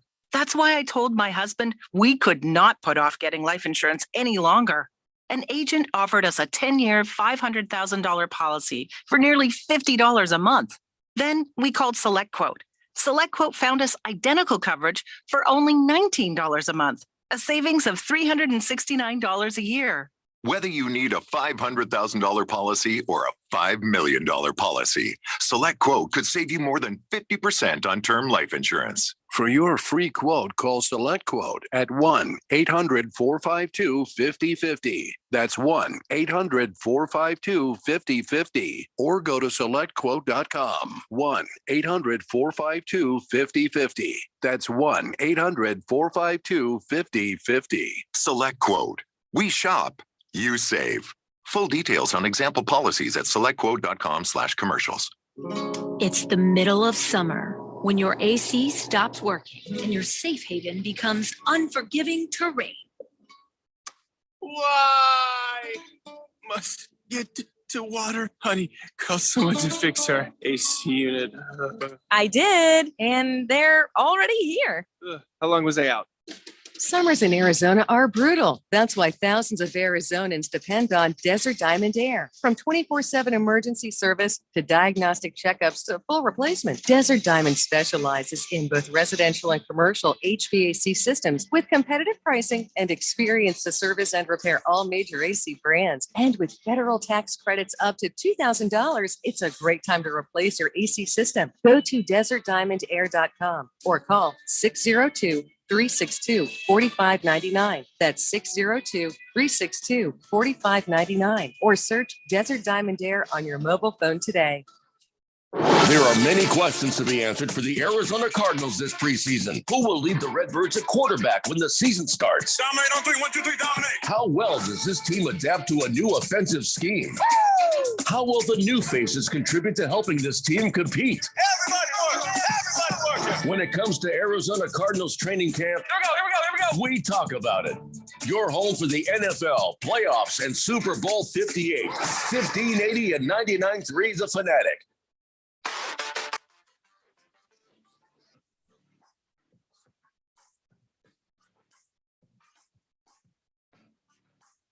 It's David Blender here on 1580 The Fanatic. And yes, Tiger Paws, I know all about that. And we are going to talk about that here in a little bit. Hefty Lefty says, I'd rather pay Jim Rome $150 to actually come up with something worth a damn to say when he isn't interviewing somebody. It's not helpful, Hefty Lefty. It's not helpful. We're going to figure it out. Just got to figure out the legalities of things, but we have at least figured out where we're having our fantasy football draft party. That is on Friday, August 25th. We're going to broadcast live the show from 3 to 6. And then we will draft all the leagues at 7 p.m. So you don't have to be in one of our fantasy football leagues to come and have a good time. We're going to be at Dave and Buster's at the Tempe Marketplace and just eating and drinking and having a good time. And of course, if you are drafting, we'll be there to give you a hand and heckle you. And, you know how it is at a fantasy football draft. So still trying to figure out if we're doing it Premier League Friday night or Saturday. It's a lot of fun out there too. We went out there last year and good food. It's great food. There's all sorts of video games. We're going to be out there broadcasting live. And then after we get off, we're just going to be hanging out as the draft happens. So come out and join us. Have some fun with us. I wonder if Boogie is still drunk. I still see him as that bearded drunk with beer foam in his mustache. I don't think since last year's remote broadcast, we haven't heard from him very often on the text line. I mean, if you think about it. Well, I just heard from him a little bit ago. Yeah, well, we occasionally. Used to be we'd hear from him several times during a show. That's true. And it's been very few and far. I think he's been maintaining a level of buzzedness since last football season. Well, I'm not sure his technique, but I'm sure he will be there, and you get to see him in action. Mm-hmm. Big George says, "Wow, Randy has an Apple mouse. Didn't realize Randy had a MacBook." Smart man, Randy. I have an iMac. Got an iMac. Mm-hmm. That's a big deal. Well, that's the desktop version. It's not. Yeah, it's one's the laptop, one's the desktop. Miss Kim has a MacBook Pro. I don't have a MacBook Pro. Beer Bob says, until you win the lottery, Jeffrey, and get that beer delivered to your house, there's a couple new places in the far southeast Mesa that you can check out. Point 22 Tavern and Cork Crush Wine and Beer House. All right. I'm all for checking out new places. So, Point 22 Tavern and Cork Crush Wine and Beer House. I don't know. Point 22 Tavern sounds better just because I don't have to say as much. The other one's got a lot of words in it. I don't know. Blissful Hayes wants to know if there's going to be a live band on stage outside of Dave and Buster's at the draft party. Of course there is. Of course there is. We've hired White Snake. That's where the $30 went. Okay. All right. Let's talk about the Yankees for a second. I hate the Yankees. You know I hate the Yankees. Yeah. Everybody knows I hate the Yankees. Yes. And but this isn't good. Anthony Rizzo, they're saying, oh yeah, he's injured. Oh yeah, what happened? He got a concussion. Oh my God. Last night? No, last May. What? What the hell? What the hell? Oh man. Yeah, they're saying, and the reason he's been struggling for the last 2 months is he's goofy. Yeah, he got a concussion at the end of May. So, all right, there's a problem. He's like, yeah, it's kind of foggy out there. It's not feeling great. And then there goes Yankees Domingo Germain. He's foggy for a different reason. He's now in alcohol rehab. So that's going on. I mean, how desperate are the Yankees right now? They are a mess. So desperate, in fact, they invited a 10-year-old girl to the game this week. Why? Because, she got to meet the players, and they're checking her out as a prospect for the future because she was at a 4th of July parade on Long Island last month. Politicians and others, what happens there, it's kind of cool. They march down the street, and you're encouraged to throw water balloons at them. They're ready for it. It's not assault. They're like, all right, here, have some fun. And man, there's a video of her. She threw a dart, man. Man, it was like a fastball, and it was direct, right on target, and hit this dude right in the head. And it was a distance, pretty good distance. So video went viral. He actually posted it and was like, "Hey, good shot, kid." And the Yankees are like, maybe we should sign her. Maybe we should be looking at her as a prospect for the future. That is like. One of those 6 feet tall 6th graders. And then you've got the University of Alabama going, so when are you eligible? This is a 10-year-old girl. Would you like to commit to that's what it feels like. So, of course, now a lot of Yankee fans, they have turned on the team. They have turned on the office, just like we've kind of turned on the Diamondbacks. And I guess this guy is a very funny bunch of Twitter videos where he went to the stadium with his giant Fire Cashman sign. Fire Cashman, kind of like Fire Hazen. Yeah. And, he was he's mad about stuff. So he's trying to get that sign visible. And he did a good job of it. They tried to hassle him. They're like, hey, that's too big. He's like, this is exactly the size that your rules say I can have. We don't like what it says. There's nothing in your rules about that. Well, took them a while of them arguing with him and then walking off trying to come up with other ideas. They finally did get him. But he showed that sign all over the place before they did, though. I mean, the team stinks. I don't know what you want people to do. And sure, they've won 57 games, but from the standards that they had and for the sheer amount of money that they spent, the team's not any good. Also, Yankee tickets are insanely expensive. So, I mean, you ask fans to pay that money to go see that. Guess what? You got to win some baseball games. Well, they have had a lot of injuries. Though, so. Yeah, and I understand that that's part of it. But you look at the guys that are injured, it's most of their payroll. So you didn't pay guys that were healthy. That's just a fact. Aaron Judge, that was a fluky freak accident. But when you look at the amount of guys or the amount of money that they have tied up in the injured guys, it's insane. Yeah, so the Yankees suck. They're horrible. I hate them, and it's not like the Diamondbacks are any better. But right now, we're talking about the Yankees and how bad they are and stuff. Anyway, spent money. That's what makes that funny. Is bad trade deadline action for them, meaning none. Fire Cashman. Yeah, he had that thing, but they were like debating it and trying to be cool about it until he was behind home plate. And then they're like, yeah, we got to get him out here. That's not a good look. It's time for you to go, pal. No, don't talk to me about First Amendment rights. Get the hell out. Okay, this is interesting. Every time we talk about the Baseball Hall of Fame, and every time we talk about a guy who did steroids, there's always somebody who comes along and says, I don't care. Let them in. They save baseball. Players should be allowed to use steroids. Let them do whatever they want. Hey, why do we care? It's their bodies. Blah, blah, blah, blah. Mm-hmm. Yeah, I might even line up with that a little bit. Sometimes it's just like, yeah, all right, have them sign a waiver then. If you want to do steroids, sign a waiver, whatever. So I guess an Australian businessman named Aaron D'Souza, he's been developing something he calls the enhanced games. No drug testing. In fact, doping is encouraged. What they're doing is trying to obliterate all world records by unlocking human potential. And they said nothing is off limits. You don't have to juice, though. He says, we want natural and enhanced athletes. I hope that the bold natural athlete shows up and says, hey, guys, I'm natural, and I'm going to beat all you guys. That's going to be great TV. The enhanced games will supposedly launch with a showcase event next December, with full games debuting in 2025. No host city has been named yet because duh. But unlike the Olympics, they're hoping to make this an annual event. So every year, a bunch of people are going to get jacked up on steroids and they're going to race. So, so this is not baseball. This is some sort of track and field, swimming, weightlifting, gymnastics, and combat sports. Oh boy! Another difference between this and the Olympics: enhanced game athletes will be paid, and there's no specific numbers. Just that there's going to be salaries and large cash prizes for breaking any world record. And the guy says, yeah, we're giving elite athletes a choice between life of poverty and obscurity competing in the Olympics or financial well-being and the right to build their brand at the enhanced games. Well, the fact of calling it the enhanced games is problematic immediately. Yeah. My main issue is that you are going to have a bunch of athletes who anywhere from 8 to 15 years from now are dead.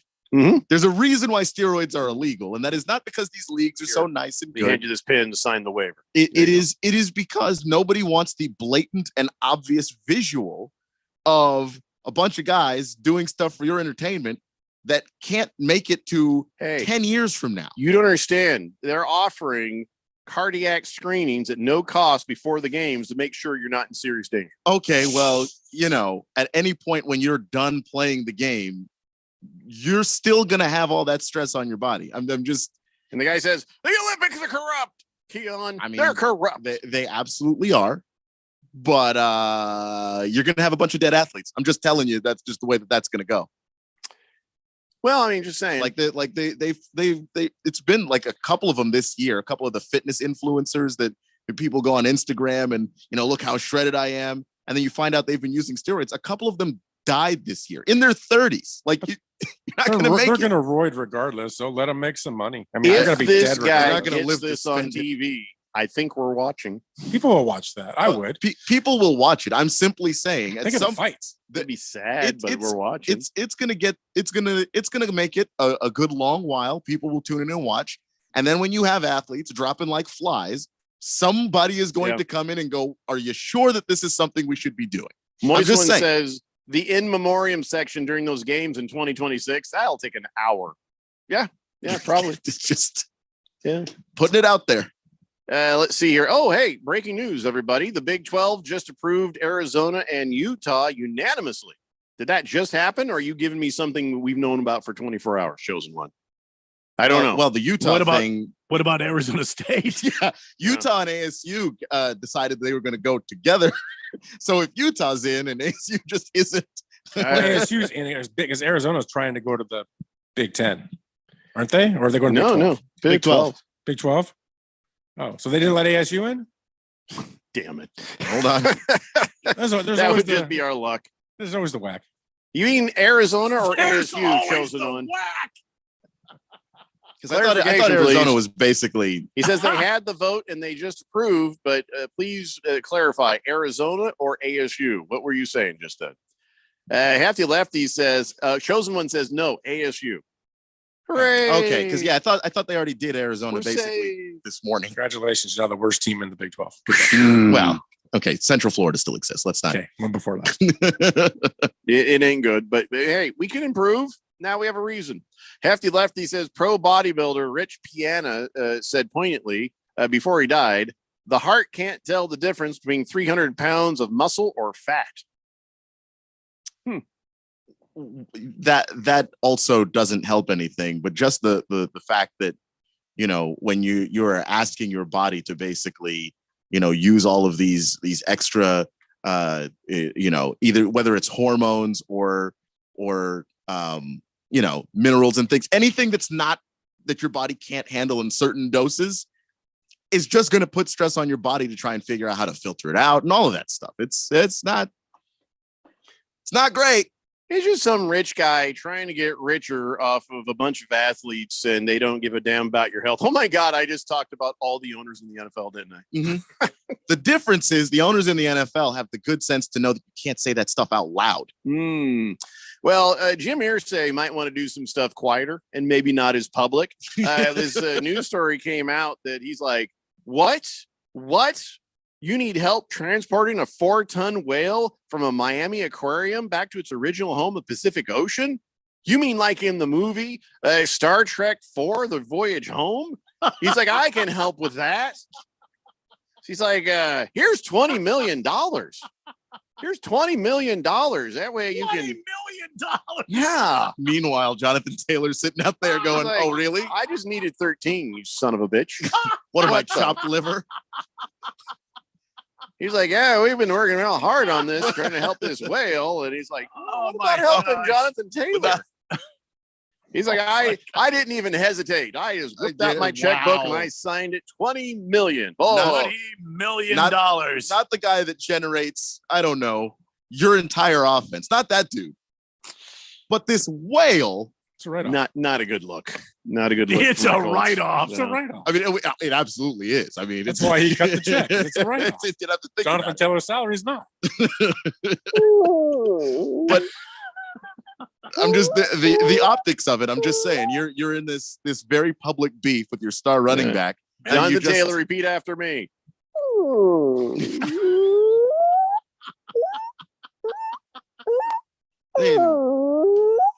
Free now Jonathan. you have a chance. You know, the $20 million is yours, Jonathan Taylor, if you're willing to hang out with a pot of whales off the coast of Washington. Wow. So then this is even sadder. So Michael Pittman Jr., he's just somebody put a mic in front of him. He's like, I wouldn't mind an extension. Yeah. I'm going to play either way. It just, if it happens, it happens. But if it doesn't happen, I'll play without an extension. I wouldn't mind one. She said, I wouldn't mind one. Yeah, it'd be nice. Just it's like he's kicking in the dirt. Like, I'd like an extension, but oh shucks, whatever. You won't get one. You're not going to get one like that, Michael Pittman Jr. You forget it. Says, if you got one lying around, he's just hoping they franchise tag him. Like he's the one guy in the league that's like, hold on, maybe don't get rid of that. I mean, everybody wants to get some money there. It's all right. It's be nice. Oh, Michael. All right, we got to take a break. We come back. We have On This Date in Big George's sports history and other assorted things. It's the Daily Blender here on 1580, The Fanatic. This your captain. Better buckle your seatbelts for this one. I saw my passport expired, so I went to Staples, got a passport photo lickety-split. While I was there, I grabbed some tiny travel soap and shampoo. I should have got some from my co-pilot. Just kidding, Brad. Staples has everything for travel. 10-minute passport photos, luggage, headphones, even personal travel items. And now at Staples, get $10 off your purchase of $30 or more when you buy a travel service. Staples, your first stop to nonstop travel. Ends 9/16. In-store only. Exclusions apply. This is a special alert to all Americans who own a vehicle with less than 200,000 miles, with an auto warranty about to expire, or with no warranty coverage at all. Due to a decline in the economy, CarShield is announcing a low-cost, month-to-month vehicle protection plan that is now available to the public to save any driver out-of-pocket expenses on future auto repairs. Call now to find out how you can pay almost nothing for covered auto repairs. Yes, you heard that correctly. Pay almost nothing for covered auto repairs. An open phone line has been established for all drivers to call for a free quick quote. Call 800-736-6158 now. Drivers who are covered will not have to pay for covered repairs again. This protection plan is at an all-time low. Additionally, drivers who activate this vehicle protection today will also receive free roadside assistance, free towing, and car rental options at no additional cost. Call us for your free quick quote today. 800-736-6158. That's 800-736-6158. What do you have to lose? Call 800-736-6158. Again, 800-736-6158. Seems like everything is going electric these days. Electric cars, electric trucks. But what you save on gas, you pay for with that electric bill. With all these things being plugged into your house, wouldn't it be nice to save up to 85% on your monthly electric bill? Well, you can do that with zero down and no payments for 12 months. Call Harmon Solar. Harmon Solar is a family-owned, woman-owned local company that uses top-of-the-line equipment. Call Harmon Solar, 800-281-3189. That's 800-281-3189. Or go to harmonsolar.com. Hello, everyone. Desert Equity Lending is back again with a mortgage product that we have all been waiting for. We are excited to offer once again the no document loan that we all remember from years ago. That's right. It's a true no document loan. Remember when stated income loans were available? They were the most popular mortgages available for self-employed, as well as for those borrowers that couldn't quite show enough income to qualify using regular underwriting guidelines. This new no doc loan is changing the way people get approved for a mortgage. Listen to this. No income, no problem. No tax returns, no problem. It doesn't take perfect credit to qualify either. If you have a good down payment and decent credit, you need to call now. These mortgages are being approved for primary residence as well as a second home. We are doing it the old-fashioned way. We use common sense underwriting to approve what other banks walk away from. Call 602-509-3000 to talk with a real person that can get you answers in hours, not days. That's 602-509-3000. Make the call. You will be glad you did. Desert Equity Lending. Desert Equity Lending, MB 0906989, NMLS 1733369. Conditions and restrictions apply. This is Brian Musburger. Don't miss Betting Across America, Saturdays at 11 a.m. right here on Arizona Sports Betting Station, 1580 and 99.3. The Fanatic.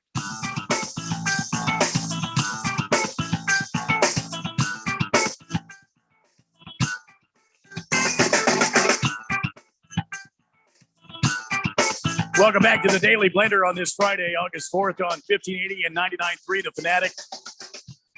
I know there's some people out there that haven't dived in on America's number one sports book, FanDuel. You mean dove in? Dived. I think dove. Dived. I feel like proper English would mean they haven't dove in. They haven't dove in. That's it. They haven't dove in. They haven't dove in. Dove in. All right, they haven't jumped in on the on the action that FanDuel offers you. Not only the baseball, not only basketball, not only football coming up here, not only college football, not only golf or NASCAR or Formula One or any number of the major sports that are going on. But America's number one sports book also offers the women's World Cup that's going on right now. And U.S. women's national team moving on to the knockout round. And I believe it starts tonight. And if you sign up and you're a new customer, you can get a no sweat first bet up to $1,000. That's $1,000 back in bonus bets if your first bet doesn't win. You say, I don't know about this betting thing, man. I don't know if I know what I'm doing. Well, it's no sweat. You sign up, you make your first bet up to $1,000. You get bonus bets back from FanDuel, America's number one sports book. They want you to enjoy all of the excitement on jumping in, on betting on some of these sports. You might bet on the World Cup. Maybe you're a soccer fan, and you're. I know for sure the U.S. women are going to come out and they're going to stomp in this knockout round. They're going to score goals. They're going to just come out of the woodwork and win. Mm-hmm. Well, you have your chance to prove that. When you go to FanDuel.com /Randy1580 and join today. Don't miss your chance to get a no sweat first bet up to $1,000 when you join FanDuel. Just go to, again, FanDuel.com /Randy1580 and sign up and make every moment more. With FanDuel, you got to be 21 or older, present in the state of Arizona. First online real money wager, only $10 first deposit required. Refund issued as non-withdrawable bonus bets, which expire in 7 days. Restrictions apply. See full terms at FanDuel.com /sportsbook. If you have a gambling problem, please call 1-800-NEXT-STEP or text NEXT STEP to 53342. Thank you, Randy. Hey, did you guys see the slowest sprinter ever video yet? No. I put it up on my Twitters. Or X. What am I supposed to say that is now? X. It's on my X. Yeah, it's X. What do you call them if they're not tweets anymore? X's. X. They're just posts. God and if you damn go to Elon Facebook, it's Musk. O's. It's X's and O's. Took the that would be smart, but he's not going to do that. I hope little Zuckerberg goes spider monkey on his ass. I hope he just whips the living daylights out of him. I don't even care about anything, but he just changed the damn thing. It's just weird. Zuckerberg's afraid of his wife in her grass. No, I hope Zuckerberg's wife whoops Elon's ass. I just hope something happens. That could happen. Anyway, yeah. So on my whatever it is now at Radio Pal 1580. I'm calling it Twitter. Sure, I'm gonna go Twitter. Yeah. I have the video there, as you can see, the slowest sprinter ever. Now, is this at? They always do this every year. They get these sprinters out there that are like 100 years old. No. This is like the World University Games, and it's happening in China, kind of like the Olympics, but just for college athletes. Okay. So on Monday, there was a women's 100-meter race, and the footage is all over the social media. I didn't have to look hard to find it. Here's why. One of the runners. You ever remember that thing from the one of these things is not like the other. It was pretty clear to see she was the only one wearing layers, and like she was getting ready to Netflix and chill, and everybody else is ready to run a sprint, Anyway, so she wasn't a trained athlete, obviously, just a normal person. Her name was Nasco Abukar Ali. She's from Somalia. I didn't know Somalia competed in things other than piracy. So that was already an interesting thing for me to find out. They are trying to branch out. Apparently they don't. Sure. And it turns out, she shouldn't have been there. Somebody pulled some strings. Watch the video. You'll see why. It's not even close. She ran the race in just under 22 seconds. Sounds fast. But everyone else did it in about 10. The winner ran it 11 seconds faster than she did, and second to last finished 8 seconds ahead of her. Man. She gets done running. She's like a lame horse. And she kind of does this little hop, like I love the hop skip at the end. What a workout! Like that's like a child would. You're like, okay, I got some what? I feel bad about that. Wow. She didn't look like she felt bad. No, you should feel bad for her because she took a lot of heat. It turns out, it could be her aunt was the one who made this happen because Somalia ended up suspending the woman who heads their athletic program. Oh boy. Her aunt. So yeah. So that means she probably took some spot that some other person could have had, and maybe they might have run it in 13 seconds instead of 22. She didn't even look like she wanted to do it. You know what I mean? It was just kind of like, all right, I guess so. Like she couldn't even get in the starting block. Did you see that? She got down and looked at everybody else, and she was like, "Oh, is that how you do it?" Yeah. I guess when they go, I go. I guess there's some sort of the gun. All right, I got they were shooting at her. It's too bad she could have made more money posing as a bear at the Chinese zoo. So it's a true story. Yeah. Yeah. I listen, that was very, very, it was funny. All the other runners were kind of cracking up like, what in the heck is going on here? Yeah, it's too bad. So Somalia is like, we are very embarrassed and upset by this. And they're like, no, we're good because, we didn't expect much. Anyway, so yeah, you go watch the video. I go from being, are you outraged or you just feel sorry for this girl? I feel bad for her, man. She looks like she just woke up, Like she was at first it looked like she was running as fast as she could, and it just wasn't. It just wasn't fast. Like she would be the first person killed in any horror movie. Just there's no surviving for this one. Or if it was like an earthquake movie or anything that requires physical movement, she's dead. I think I don't have to outrun the slasher. I just have to outrun you. Yeah, I wonder if we would beat her though. I think I could beat her. I don't know. I'm not so sure. The only person at that level that when you say I think I could beat that person, like it's actually true. Because it's like that's what it looks like if you put any normal person against Olympic level athletes. Like that's 100 meters in 22 seconds. 100 meters. That'd be close. That's 109 yards, a little bit longer than a football field. No. We should try. I am No. not so sure we can beat her. I mean, my knees are bad. I don't know about that, but I mean, I'll try it. What you do is it's like basically running from the field goal post to the field goal post. I think that is actually longer than I think we could beat that.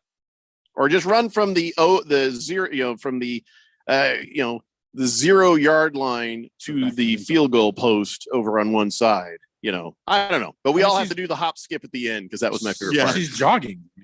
Yeah, she wasn't like. No, man, she's not is jogging, great. Ralph. That's a full out sprint for her. She's like, No, this that's is a jog. She's thinking about, what? Did I take the laundry out of the washing machine and put it in the dryer? I just, this is nice. bad. It's nice. Ladies and gentlemen, it's time now for On This Date in Big George's sports history. Back in the year 1993, after being hit by a Nolan Ryan fastball, 26-year-old Chicago White Sox third baseman Robin Ventura charged the mound to fight the 46-year-old veteran pitcher. Nolan Ryan whooped his ass and hard. Yeah. Right, just punched him 6 times right in the head. Yeah. With his middle knuckle extended. Yeah. Yeah, and Ventura got ejected. Nolan just like, "Nah, you can stay, buddy." This idiot. No. You're good. Nowadays, you hit a batter, like you have to go now. But no, that was amazing. That was my favorite thing that happened in the year 1993 ever. That has to be one. And of my the most... son was born that year. Here's where my son being born is. Here's Robin Ventura getting his ass kicked by Nolan Ryan right there. Right up there. Okay. I'm not even kidding. Right above it. Oh, yeah. Unlike my son, this video never disappoints. Oh, wow. That has to be one of the most lopsided ass beatings in a sports brawl ever. Like, I know. What was he thinking? Nolan Ryan might be 46, but he had at least 1.5 feet on Ventura in height and reach. So Robin Ventura said originally he didn't want to go out there, but he knew he had to charge the mound. He had to because his team was looking at him, and he had to go out there and he had to make a statement. And then he got his ass kicked. I mean, Nolan Ryan got him in like it was a bull charging him, and he was trying to, to bring him to the ground. He got him in a headlock and then extended that middle knuckle and just went to work on his face. Just there working him. Is a T-shirt of Nolan Ryan holding him in the headlock. And there you go. The worst and his optic, fist is coming up. I mean, the worst optic was his sunglasses flying off. That was the worst part. You see that? I'm going to buy this shirt is what's going to happen. You're in trouble when You Nolan should. Ryan drops his glove and is waiting for you. Yeah, he may have sprinted to the mound, but he still took too long. Berg says, "Afternoon, guys. Better late than never. Have a good weekend." And yes, that video is gold. Yeah. Damn right it is. Damn right it is. Swave Dave says, "Randy, what are the FanDuel odds that I get my honeydew list done this weekend?" I'm taking the under on that one. Under. Listen, we all listen. Women there's two things about women you have to understand. One, they want to change you. Okay. The minute they find you, they want to change you. And two, the Home Depot is how that's just, man, once they say they want to go to the Home Depot, your weekend is over. You're busy now. You're busy now. Oh, you know what's happening? We're getting a puppy this weekend. That we're gonna go get that dog. All right. Might name him Bebo. Might name him. I want to name him Gizmo, but she wants to call him Bebo. It's her turn to name the dog. What kind of dog is it? It's a. You ever heard of a blackmouth cur? This is a Mountain View cur. It's an actual breed. And very cool dogs, very smart, loving, fun dogs. And basically, my wife thinks we're getting the dog for her. I'm getting the dog for my dog. My dog needs a dog. He's lonely. He's bored. And so now he's going to have somebody to, basically bully.